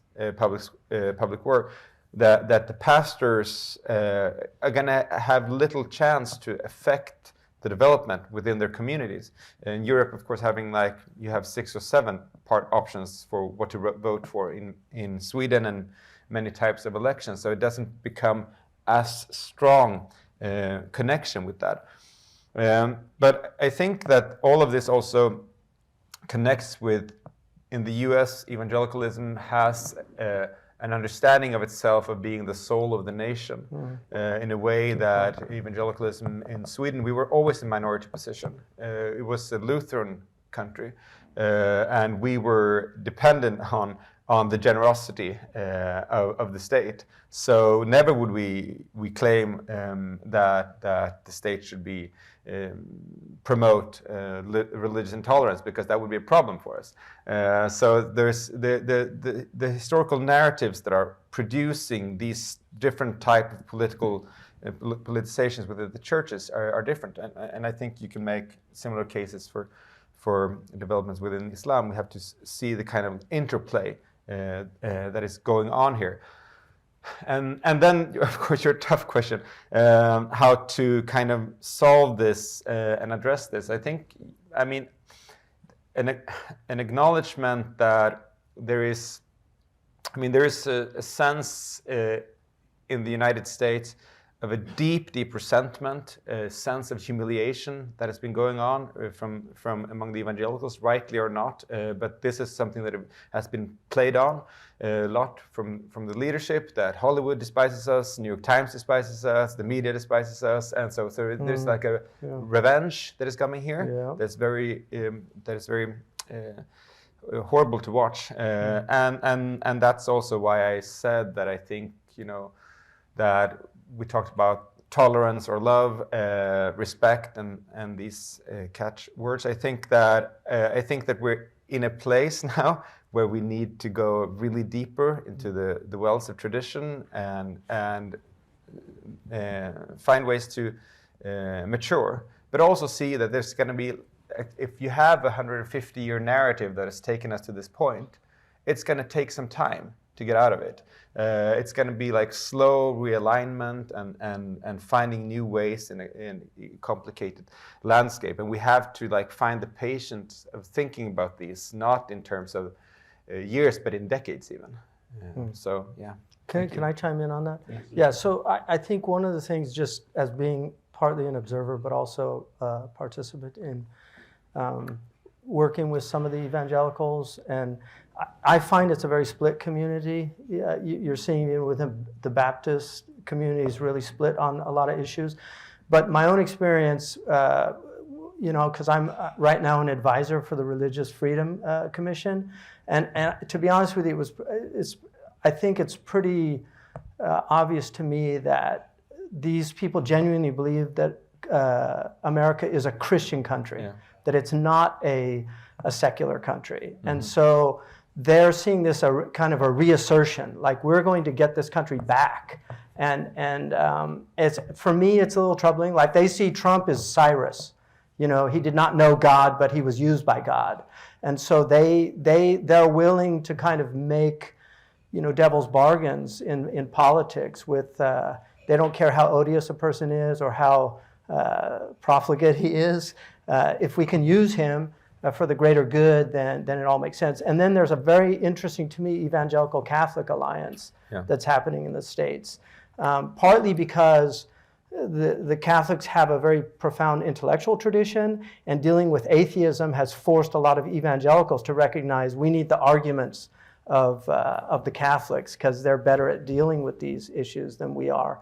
So you take a university like Hillsdale College, which is a very political force in the United States. I mean, there are several Hillsdale graduates that are now in the administration that have been appointed in different positions. So these are bargains that they make, but I genuinely agree with him that they see that America is under deep threat from this. It's not just a secular, it's a laicist view that we need to completely remove. Stephen Carter wrote many years ago, you know, the culture of disbelief. It's like you can tinker with God in the garage, but woe unto you if you try to bring him into the public space. So they want to bring God back into the public space and reassert that. Yeah, just 30 seconds. Those are very, very helpful. It struck me that if you wanted to choose a figure that was contra Christian nationalism, Jesus would be at the top of your list within the history of Christianity. There's almost no figure you could choose within Christianity. It would be more against Christian nationalism. And it's such a fascinating sociological and psychological phenomenon, quite apart from the merits and demerits of it or the dangers of it, which is how you would take people who themselves would quite honestly say that the Bible is primus inter pares. It is above all what they want, and that their worship, if they said your worship of Jesus was real, and that they could take that figure and turn, in my estimation, invert it, and believe that it was faithful. It's just the power of the intersection of all of these different factors, faith and sociology and psychology. Yeah. Thank you. That's good, Pete. Christina Lamb, Chief Foreign Correspondent from Sunday Times. Thank you. Thank you. That was fascinating. And thanks, Josh, for organizing this wonderful gathering. I'd like to ask you both questions.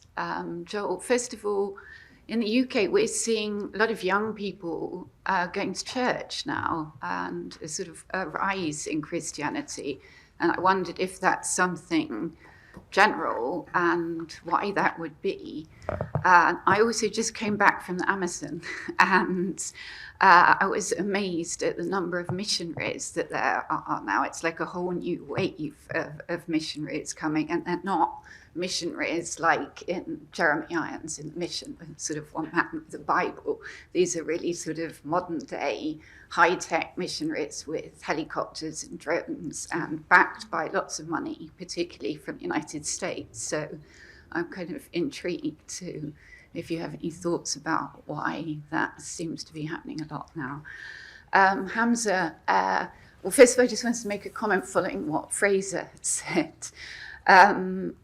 I started as a journalist in Pakistan, and I lived there for a couple of years when I was a young correspondent. And so I was introduced to the Quran and Mullah Nasruddin then, and knew nothing about it before, and saw it, as a very tolerant religion, as you have described.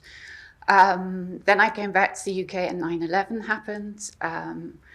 And I was very upset because to me it was a tolerant religion. I had lots of friends from Pakistan, and I could not get a single Muslim in the UK to speak out about what had happened. And I'm sorry, you can say what you like, that the media is lazy, that we're only using extremist voices, but I tried so hard because I really cared, and I could not get people. They would speak to me privately. I was there. I'm sorry. I have a famous quote: "Islam was hijacked with those airplanes." That was. So that was I think it's a bit lazy to say that the media didn't try. I think, and Fraser and I've spoken about this. I know that. At The Spectator, he also did try a lot. So that was just a comment anyway. I wanted to ask you about the Taliban and what you see. They claim that they speak as a pure form of Islam, and also why, on the same kind of point, why are we not hearing more? We're hearing some, but not much Islamic leaders speaking out against what they're doing and saying that they don't, because I think that they don't really represent Islam. Sure. Do you want to take that first? Sure. This move towards Christianity among the young people, we are seeing it in Sweden too. Norway is also seeing it. France. There are some indications in the US and the UK as well. And I think there is an interesting thing to probe here. I think also speaking about long narratives, I think if we look at secularization, it was not really just abandoning traditional religion. It was going into a new religion. It was the religion of progressive enlightenment and erecting the altar to the goddess of reason in France or where and so forth. And I think that project has sort of tanked. And there is not the faith in that politics and science and just progress in general will deliver on the scale that was expected. And then religion becomes a viable option again. A lot of other things become options too. I mean, nationalism, New Age spirituality, but some people are looking into and joining churches. I think that's the sort of broad pattern. I think a question in a lot of media now is do we understand, especially young men, when young men do things, we tend to get nervous. And do we understand that they're moving into the churches as a sign of, like, is this conservative young man? Is it part of the manosphere, the Jordan B. Peterson movement and so forth? And I think we have to be a little careful here. In Sweden, we see that the church that they're predominantly moving into is the Swedish Lutheran Church, which is one of the world's most progressive churches with female priests and gay marriage and so forth. So it's not a politically coded movement in Sweden. And I think that sometimes you have to ask the question, are they mostly attracted by politics, or are they attracted by spirituality and they're ready to accept the politics that are being offered because they find the sort of existential nourishment. I think you could even say that partly the movement towards Jordan B. Peterson, there was something among many of the young men who were deep into that bubble. It was an existential pull. So I think that in a lot of journalism and when we write about things, and I say we because also there we tend to put politics first and then religion second, and we say so this is a political move, but they're excusing it with spirituality, but it's really that they just want to have they just want to dominate, and they want the old traditional roles of men and women back and so forth. But I think you could argue that there is a deep spiritual longing that maps on to broader movements in our culture, movements towards finding a spiritual nourishment after the collapse of the modern project, and that it's in some contexts being offered more successfully from more conservative churches and movements or influencers and so forth. But if it were other options available, they might go there as well. So those are my reflections. I don't know how well it resonates with what you're seeing in England. You know, I what? The missionaries. Oh, what's happening with the missionaries? I mean, it's ingrained in the evangelical tradition that you should do mission and that you should go into all nations. And also use the latest technology. I mean, evangelicalism, when it's vital, it's always attaching itself to the latest technology. So and becoming very pragmatist about it, trying to just spread the word, sometimes at a pretty superficial level. And now these mission projects have the means to do that with the. I haven't looked into this myself, but from what you're telling with the drones and so forth, it seems like you're there. It doesn't seem like a very deeply formative kind of religion, not the sort of master and disciple relation, but more like dumping in the message and trying to gain proselytes in that way. You know, I think just to that first question, I think one of the real things that people are experiencing now is we throughout time we have these periods where people have a sense of the end of time, you know, and this has happened several times in human history, and I think it's one of these times. I mean, I think Israel and the fact that, you know, so much of Christianity has these end of time scenarios with Armageddon, and so people have a sense of.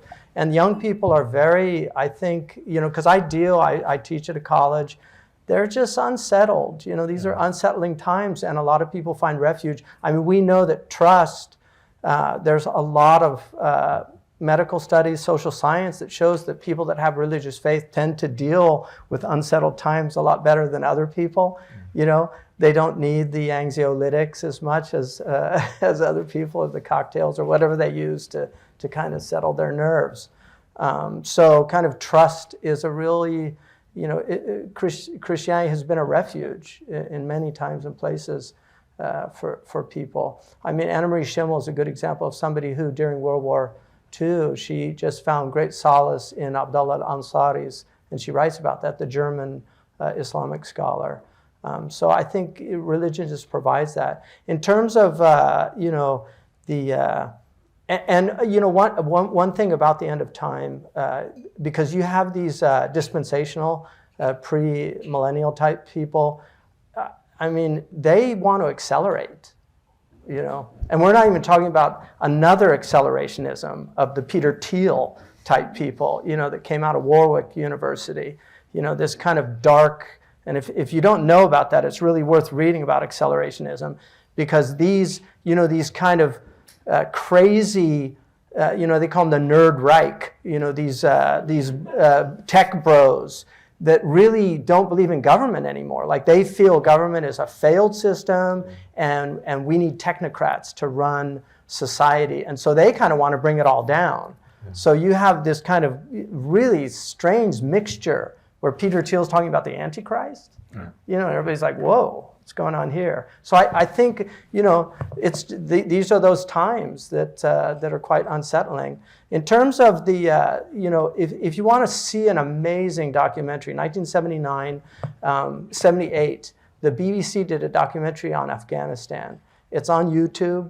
And it's amazing to see these Western people talking about how tolerant the Afghani people are and how they're non-judgmental and how, they just recognize that people have different cultures and things. Michel, there was two French journalists who lived in Afghanistan, just became enamored of Afghanistan. The national pastime of Afghanistan traditionally was flower gardening and kite flying.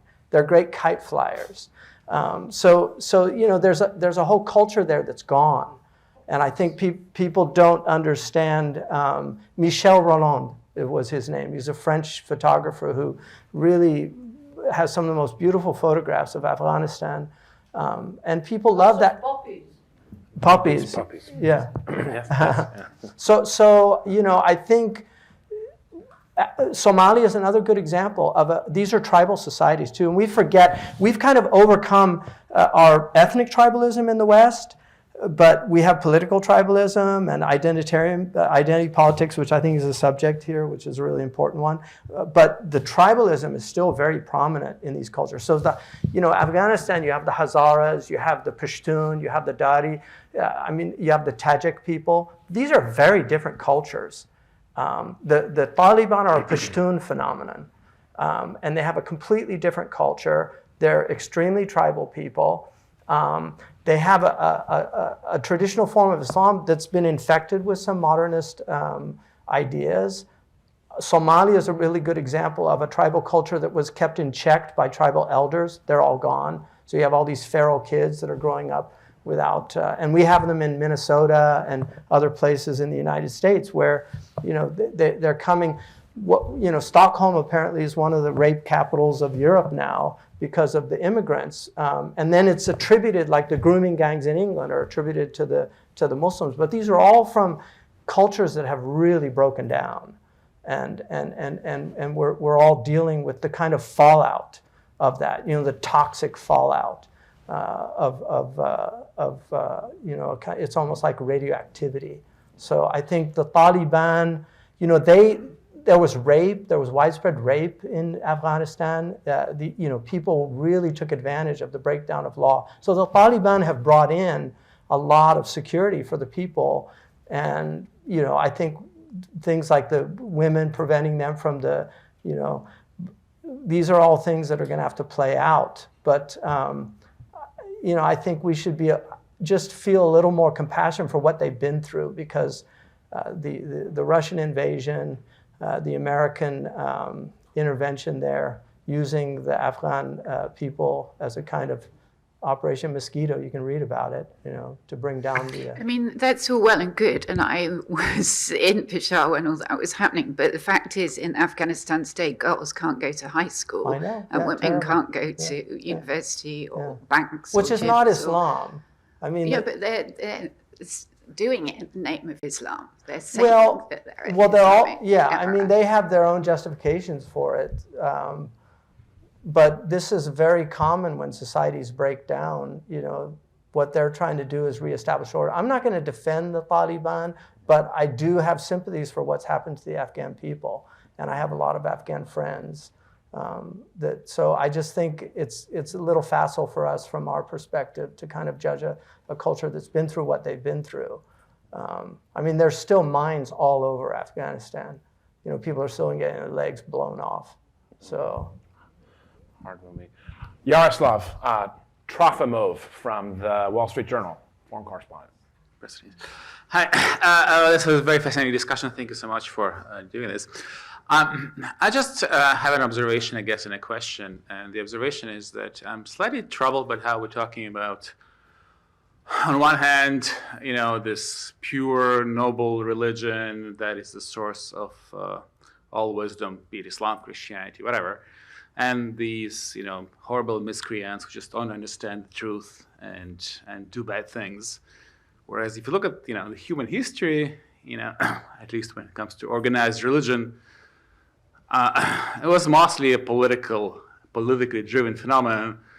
It was a living thing, it remains a living thing, in which material considerations were often the reason for theological changes. The reason why England became Protestant had to do with who gets to marry whom, not necessarily the theological underpinnings. And Dr. Hamza, you mentioned the idea that the 20th century was the bloodiest in human history because of the lack of religion. I mean, I would argue that this certainly the Soviet system. I didn't say it was from lack of religion. I said it was a secular phenomenon. Right. I didn't say it was from a lack of religion. Yeah, but I would argue that the Soviet system was a religion. Well, there's an argument, and it's interesting that you're using a kind of Marxist interpretation of religion. Yeah. So, maybe. Yeah, not maybe, really. Yeah. Well, it certainly had all the trappings. I mean, that's all. It's always religion is.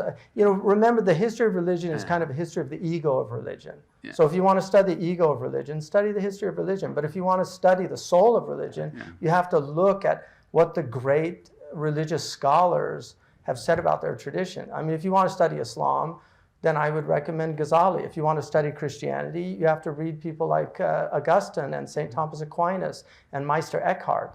I mean, these are going to be the sources. I mean, one of the That's a good point. Although I would let him. I hear okay. You. Yeah. Go ahead. Yeah. So, anyways, I had a question kind of that comes from that. Obviously, we are now living at a time where in Western societies, in the U.S., but also in Europe, you certainly have the rise of anti-democratic, I would say, authoritarian, fascist, neo-fascist, openly, Nazi forces, some of which are just like the miscreants of ISIS, drawing their legitimacy from religious sources, mostly Christian sources.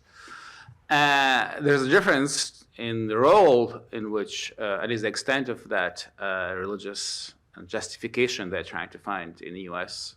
than in Europe, where it's probably less. So how? It's a question for both of you. Like, how do you see this dynamic? What are the most obvious points of danger and theologically there? And I guess because obviously they, people like that pick and choose what suits their political narrative and political aspirations. So what should we be looking at? I think when it comes to right-wing populism in Europe and to some extent in the United States, there are some cases where it's evidently just like borrowing the clothes and flashing it. And like Tobias Creamer in his book, The Godless Crusade, has written really great about this. But there's also cases when it goes deeper and there are actually picking up theological motifs. So religion can never wash its hands when it's being portrayed or used in certain ways politically. I think also here it's an interesting dilemma that is particular to this room, also which you touched upon, the relation between descriptive and normative. Because as journalists, it is, you want to be descriptive. And you want to describe what's happening. It's a sociological question. It's not up to you to make the value judgment whether this is good religion or bad religion. You just these people are claiming that they're Christians and they're doing these political moves, and we have to sort of take that at sort of face value, because you're not religious authorities. I mean, this needs to come from within the church, and it needs to come from bishops and priests to say that, and popes even, and also theologians. I think it's very important that theologians from the different traditions are actively taking part in the public conversation and invited to take part, because they can make the normative value judgments and say, yes, this is an interpretation of Christianity, but it's actually a bad one. It's very recent. It doesn't have strong support in the sources. It doesn't have strong support in tradition. It's a weak. I mean, we have to start making these more qualitative judgment in the public square when religion is, when certain forms of Christianity and Islam is asserting power in such a way. And at least in Sweden, this has been a huge challenge because we are not used to having theological voices in the public square. I started to write a newspaper 10 years ago and has been trying to do these things and say that they're claiming Christianity, but actually it's wrong. So I don't know if that's getting at your question, but I think this is this is the heart of it. I mean, I cannot write about what's good or bad Islam. It's not within my, I don't belong to that tradition, so I can't make those kind of value judgments. I can say that this seems to be a minority position that is condemned by more knowledgeable scholars and Muslim theologians, but I cannot make the value judgment myself. That has to come from within the tradition. So, yeah. I mean, I think people can learn about other religions and deem for themselves what they think is reasonable and what's unreasonable. And I'm not a relativist in that way. I think it's perfectly acceptable if somebody is genuinely knowledgeable about something to make a decision. It's very difficult. We're all limited intellectually. In this room, there's obviously everybody's intelligent people in this room, but we have our limitations, how much we can know about any given situation or scenario. I mean, just have an opinion about something. And a book that I used in my freshman seminar was on BS. I won't use the French for the original title, but that book is a really, Frankfurt wrote that book. It's a very useful book just about why people seem to have an opinion about everything. And that's why there's so much BS in the world. It was originally a 1930s essay called Balderdash, in times of greater decorum. But, I think it's very difficult in terms of looking at the rise of the right wing. I think, this is the swinging. We just tend to be a very extremist species. We fall into extremes. We forget that, in America, we have extreme eating. We have like water drinking contests, and people die from it. We hot dog eating contests. In the Muslim world, these would be seen as like just unbelievably insane acts of extremism. So, we can judge different cultures. It's very easy, but again, I just feel like, we need to be just a little more understanding of why these things arise, because they're not going to go away. The right wing is a kind of reaction to another swing that happens. And that pendulum, I'm old enough to have seen this pendulum swing in the United States more than once. My mother was born, there was an Ottoman caliph. So times change, and we're looking at we're in a very strange time. AI, which is another topic, is an important topic here, very disruptive, just for young people, students now, dealing with AI and what that's doing to their ability to study, because it's so easy. It's like people, Arnold Schwarzenegger said we should have, hung the guy that put wheels on bags, because now everybody, is losing their muscles, because they're going, humans just love ease, and so the kind of fascist impulse comes out of a desire for hardship also. It's like it's good for people. There's Evola, who wrote, he was kind of a fascist writer, just wrote about the importance of hardship for our species. Like, we need hard times to really rise up to what it means to be human. So those are going to be impulses that people fall into very easily. It's great. And keep in mind, you are welcome to carry your own bag to the airport, but the ease part is going to be really kind of pampered here. So just get Virginie Leroux from Le Monde. Well, thank you to the both of you. I wanted to ask a question to Hamza Yusuf. So, as you can tell by my accent, I'm French, and in France there's this whole thing about secularism, which is very important, and this idea that to be accepted, a religion has to tend towards secularism. Yeah. And there's a movement in France calling Islam to reform itself. Or even to be reformed from the outside, especially to get rid of violence, but also to promote equality between men and women, subjects like these ones. So do you think that Islam really need to get to be reformed?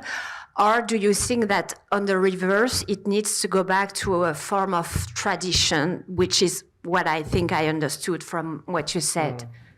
I believe tradition's a living thing. So, You know, there's Catholic scholars that have made a distinction between traditionalism and tradition. Traditionalism is the dead faith of the living, whereas tradition is the living faith of the, you know, from the past. It's something dynamic, and so there's an ability within the matrix of all of our religions to grapple with new events. In our tradition, it's called ijtihad. And so one of the things that a lot of Muslims don't understand is that government is the domain of government. It's not the domain of the common people. If you live in France, you have to obey the laws of France. If you cannot obey them, you have to leave. And the Sharia says when you're in a country, you have to obey the laws of the land. You cannot impose your own laws. You can't break the laws. You enter in with a covenant.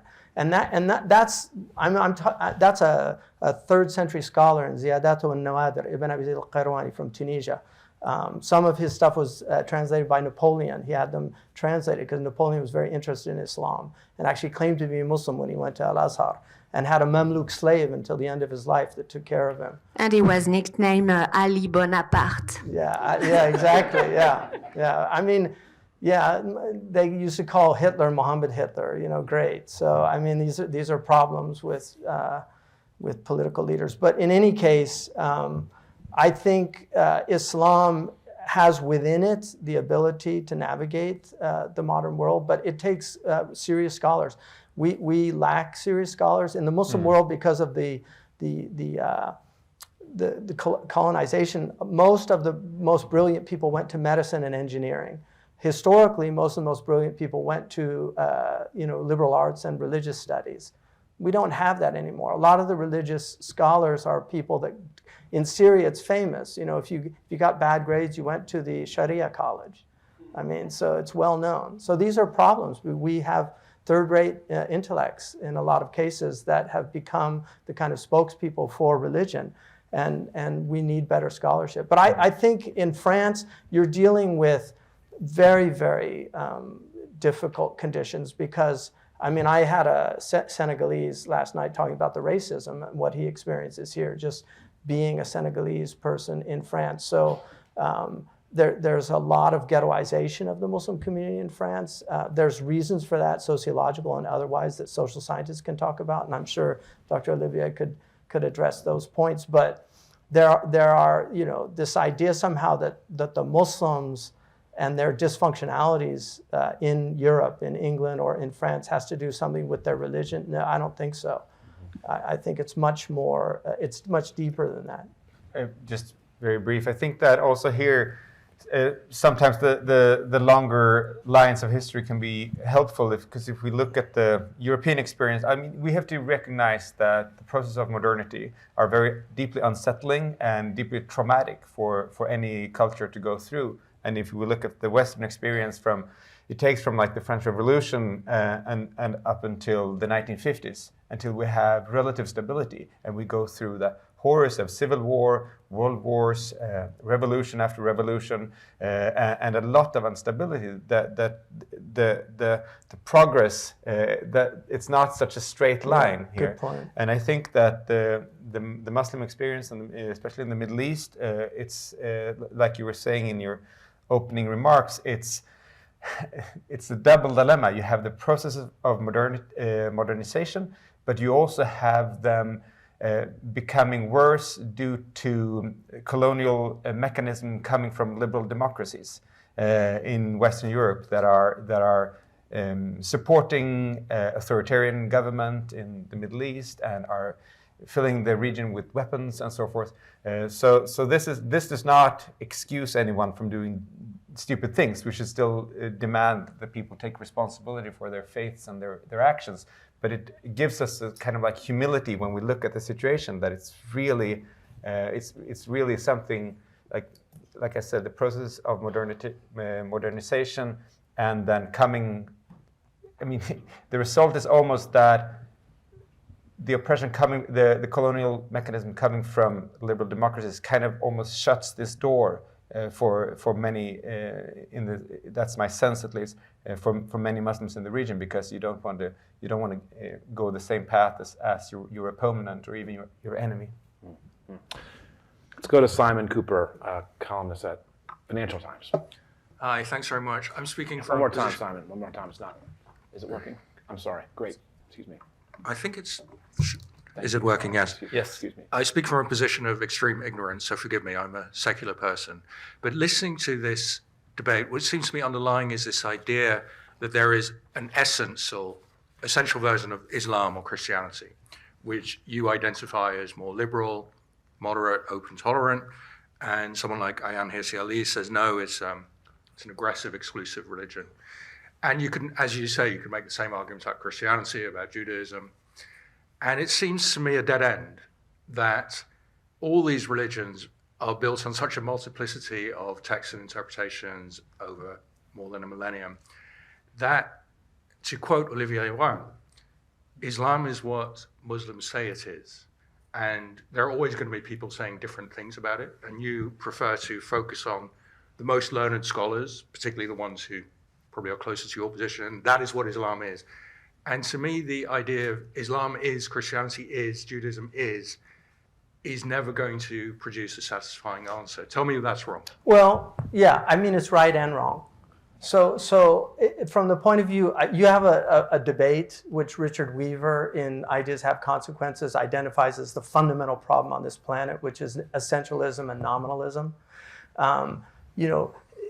Religion has a nominalistic aspect, and that's what Shahab Ahmed in his book, What is Islam, argues, that Islam is whatever Muslims say it is.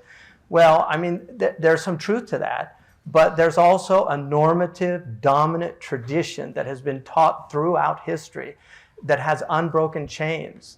The Jews have their chains, we have our chains, the apostolic chain that the Catholics have. These are normative. I mean, there is a type of magisterium in the Islamic tradition. It's called ijma'. So to deny that, and also the Prophet Muhammad, he actually makes very clear statements, and then there are other statements that are ambiguous. And those ambiguous statements there are multiple interpretations, but there are many statements in the Quran and in the Hadith tradition that are not ambiguous and they're agreed upon. There's whole books that are called ijma'at, the agreed upon religion, what it is. Then there's the debates. And so I believe, I'm an essentialist. I do believe that human beings have an essential human nature. Whether you go to Aboriginal peoples or you go to Western people, you're going to find the fundamental things that we all share in common as human beings. And yet, each one of us has distinct and unique opinions and aspects. So in that way, they're both true. But I would prefer to promote, because the Prophet Muhammad said, be with the majority. That's a hadith. Alaykum biswad al-azam. Be with the majority of scholars. So I can show you crazy things from legitimate scholars that I deem completely crazy. People quote the Talmud now about having a marriage and having sex with a 4-year-old. You'll find that in the Talmud, but that's not normative Judaism. So for me to point to that and say, look, Jews permit sex with a 4-year-old, that's not normative Judaism. And to say that is just unjust to the Jewish tradition. Well, I mean, in 600 AD and before Christ and around the time of Christ, what we would now consider pedophile marriages are completely normal. Yeah, in these places. Exactly, yeah. So and it's anachronistic to yeah, but the whole religion is anachronistic, it seems to me. All these religions are built on texts from societies whose basic norms we would largely disagree with, such as marrying 4-year-olds, which in all these traditions at the time is not strange. So how can you compose an essentialist Islam or Christianity for the 21st century that we would all consider? I mean, my teacher, that's what he's been engaged in, Shaykh Halldorf, and he's recognized by many, many great scholars throughout the Muslim world as that's what he's been doing. Like, he believes in the nation state, that this is ipso facto the reality of our world. So this idea of a khilafah and to call for some kind of khilafah it's not appropriate for this time. And he's working from within the tradition to make these arguments. So it's a matter, I mean, with all due respect, as a secularist, you have every right, and we're in secular societies, but religion's not going to go away. And so I don't want it to. Yeah. yeah, so, well, I'm happy to hear that. So we have to find ways of just navigating religious. We have to mitigate the downsides of religion and the possibility that religion does go bad and does go wrong. And there are arguments made from within religion for bad religion. I mean, that's a reality, and I'm not going to deny that. There are many, many arguments. Just to continue there, I think this is the, essentialist, nominalist, the descriptive, normative discussion here that I think it's important to have. But if we consider our options, either we have that everything that has been pronounced in the name of religion is that part of that religion's essence, and then we don't really have an essence because it would be too varied. Or we identify, for one thing, a sort of mainstream tradition that we think is more dominant, which is what I hear about you, what you're saying. But I think also what you see in this room also is also two theologians. When we talk about tradition as living, how is it living? It is by people belonging to that tradition making value judgments of what should be the normative and best interpretation. And that can be based on a number of sources of authority, such as being able to ground your argument in the authoritative texts, but also to make coherent arguments that seem to follow rational from that. And the purpose of that is, of course, to defeat, from a theological perspective, the bad ideas, and to make tradition go on. It's not to say. It's not to say that these other interpretations of religion does not exist, but to say that they're incorrect, but from a theological perspective. So I don't know if you saw some of the Charlie Kirk memorial, but there was a speech that a very prominent Republican gave, totally abusing Romans 13 about government and the sword of God is in the hand of government. And a complete perversion of that verse, which Paul said when they were being persecuted, not when they were in power. But he used it to an argument that we need to be in power so that we can wield the sword of God. So they're not going to go away, these ideas, but whether they're sound or not, that needs to be argued. I'd only add moderator's privilege here, Simon, that I think a lot of people who grow up in religion have this sense that the book that they study kind of does this, and that provides a certain essentialism. But okay, Nick Pelham from The Economist. Can I really hear my voice if I try and project? Perfect. Yeah, so I think Simon made the point I was going to make kind of more eloquently, but I think I found, when listening to Hamza Yusuf, I found myself kind of nodding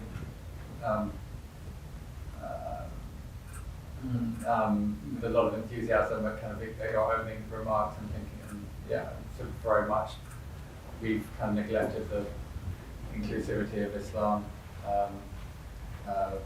and this historical tradition. I've been kind of fascinated by that and written quite a lot about that as well. And then at some point I found myself diverging from what you were saying, and I thought that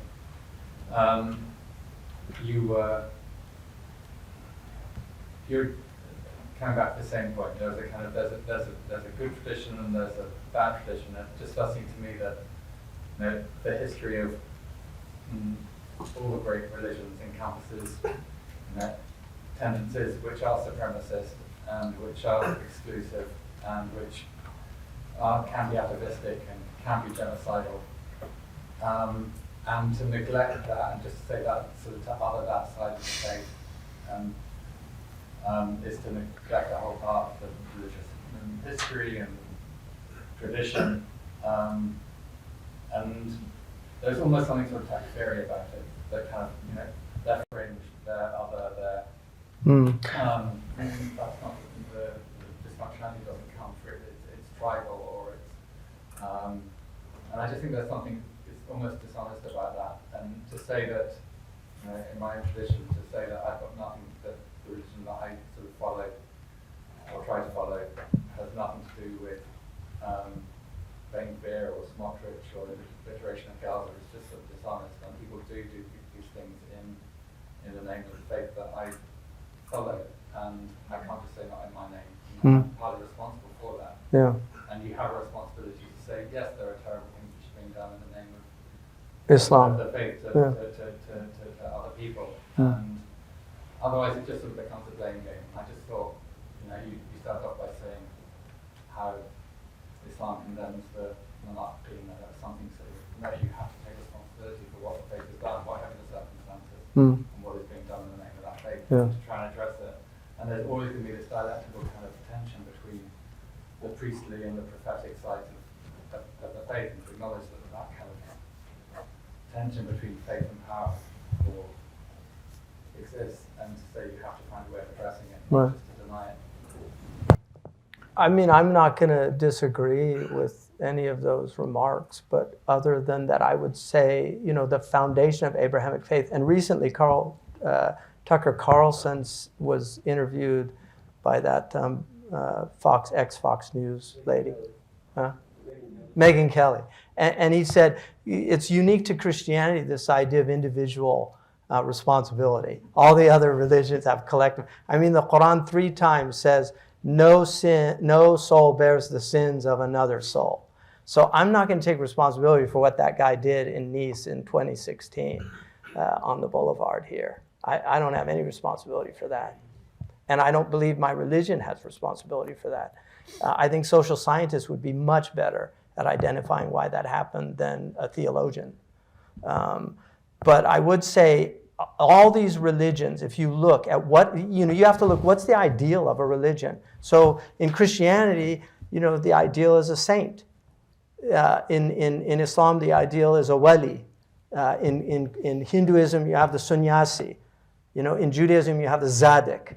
And the hallmark of these religious characters that are put up as the ideal is universal compassion. And that's just a fact of the religions. And each religion will substantiate that. Because I'm supposed to see the imago Dei in you. And if I can't see that, then I'm not practicing my faith. Every human being, Hafiz, the great Persian poet, he said, how would you treat everybody if you knew they were all guests to a banquet and they all had invitations from God? How would you treat the other guests? That was the normative kind of tradition that people were taught. Even, and so, yeah, there's a lot of takfir. There's a lot of contempt for non-Muslims. You'll find that in the religion, but I genuinely would argue that's a failure of the religious tradition. I was talking to reverse, sorry, that somehow what you were doing was by saying that you're not normative or you're not talking to the people who are doing things in the name of the same faith as you, that's not normative, or that's not true Islam, or there's something takfiri in that approach. It's like the way that people in Saudi Arabia today talk about kind of liberal Salafis, that anybody who doesn't think along the kind of this, you have the same approach of intolerance to anybody who's citing other aspects of tradition, which probably do have. Well, I'm not a moral relative. I'm not a moral relativist. I believe that there is a normative tradition, and that's what I'm committed to. I don't excommunicate those people. I just believe that they're misguided. It's as simple as that. I genuinely believe that we're here to treat other human beings, and I found genuinely that if you treat people well and you treat them with respect, they tend to reciprocate. Not everybody, but most people. That's been my experience after almost 70 years on this planet. That's been my experience. So, but there are these people out there that, for whatever reasons, haters are going to hate, as they say in the hood. Just very brief. Also, perhaps to introduce another concept that's Thomas Halleck has written about extensively in his book, is also the concept of maturity. I think that's also, from my perspective, what I hope to see within religions, because I quoted Nostra Aetate from 1965 about the tolerance, and everything is very nice there. If you go back to the Syllabus Erronos syllabus, the encyclical by Pope Pius IX, I think, in 1844, where he condemns democracy, liberalism, like everything as heresies, of course, and he's the Pope.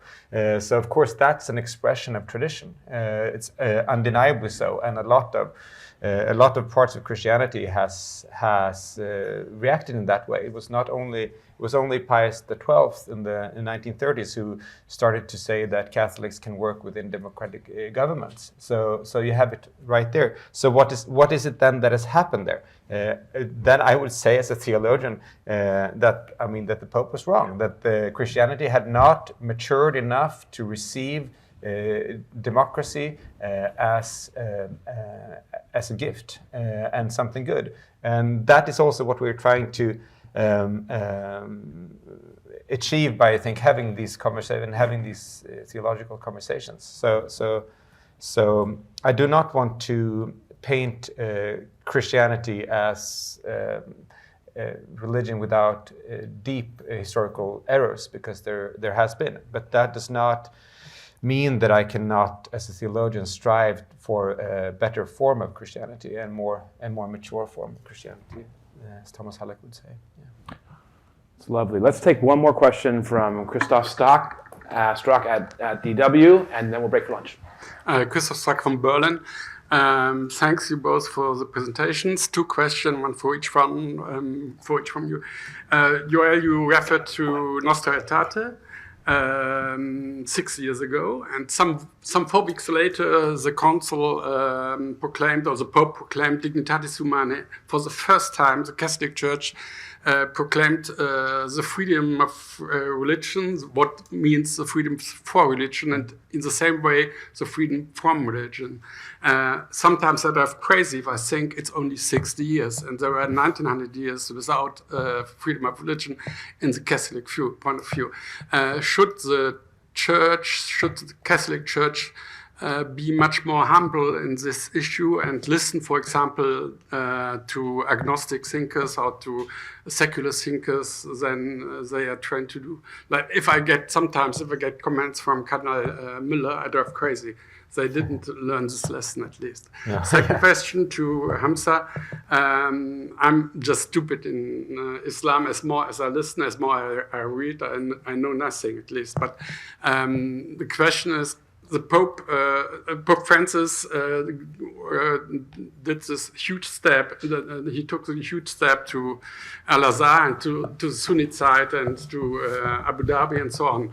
And he tried to meet also the Shiite Shaykh in Iraq. He did it. Yeah. But how many Islams are there worldwide? If we say there are 2 billion Muslims in the world, at least we have 2 billion Islams in the world. There's not one definition. The Catholic Church is from top to down organized, and the Muslim world is organized from the bottom to top. What is there any definition how many kinds of Islam we have? And last sentence. It's great. You quoted Edith Stein and you quoted Master Eckhart during your answers. You can wait hours for hours with every cardinal of the Catholic Church.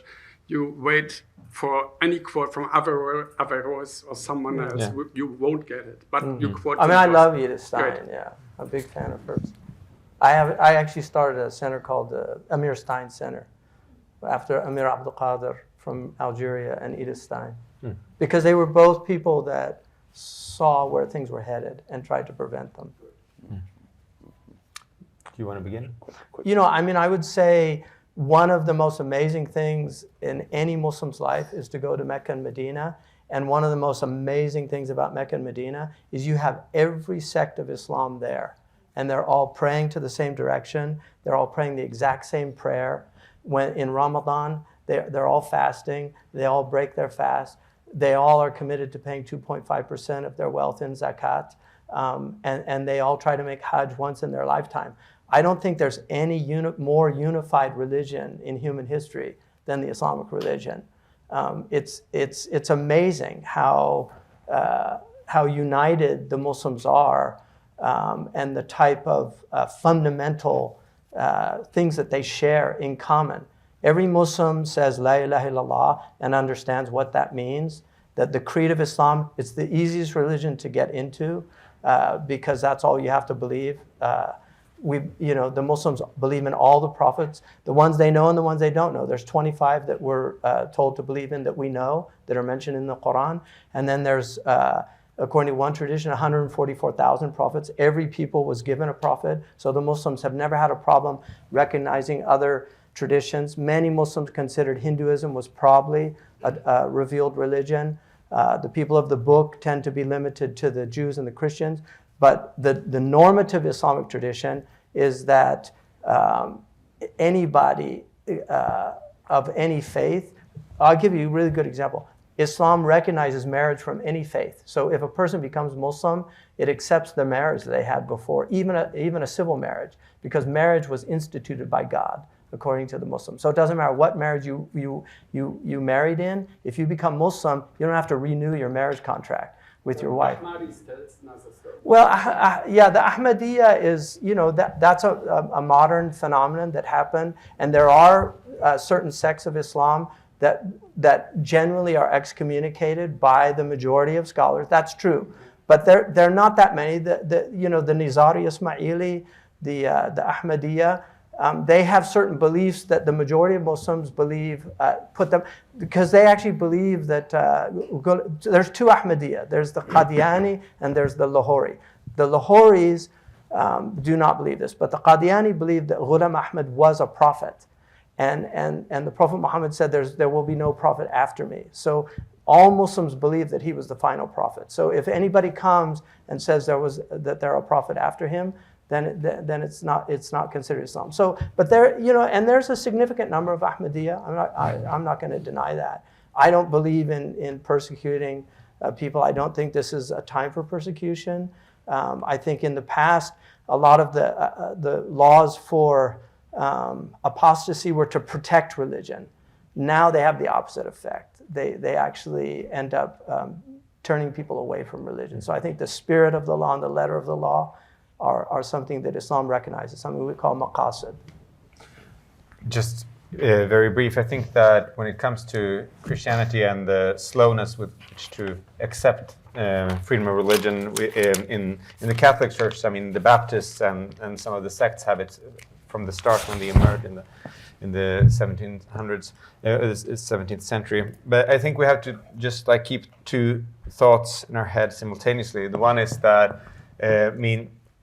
if you look at an author like Larry Siedenhoff in his book Inventing the Individual, he shows very clearly how certain things such as the human rights and democracy have their seeds in our culture, in Christianity, but it's a very slow growth.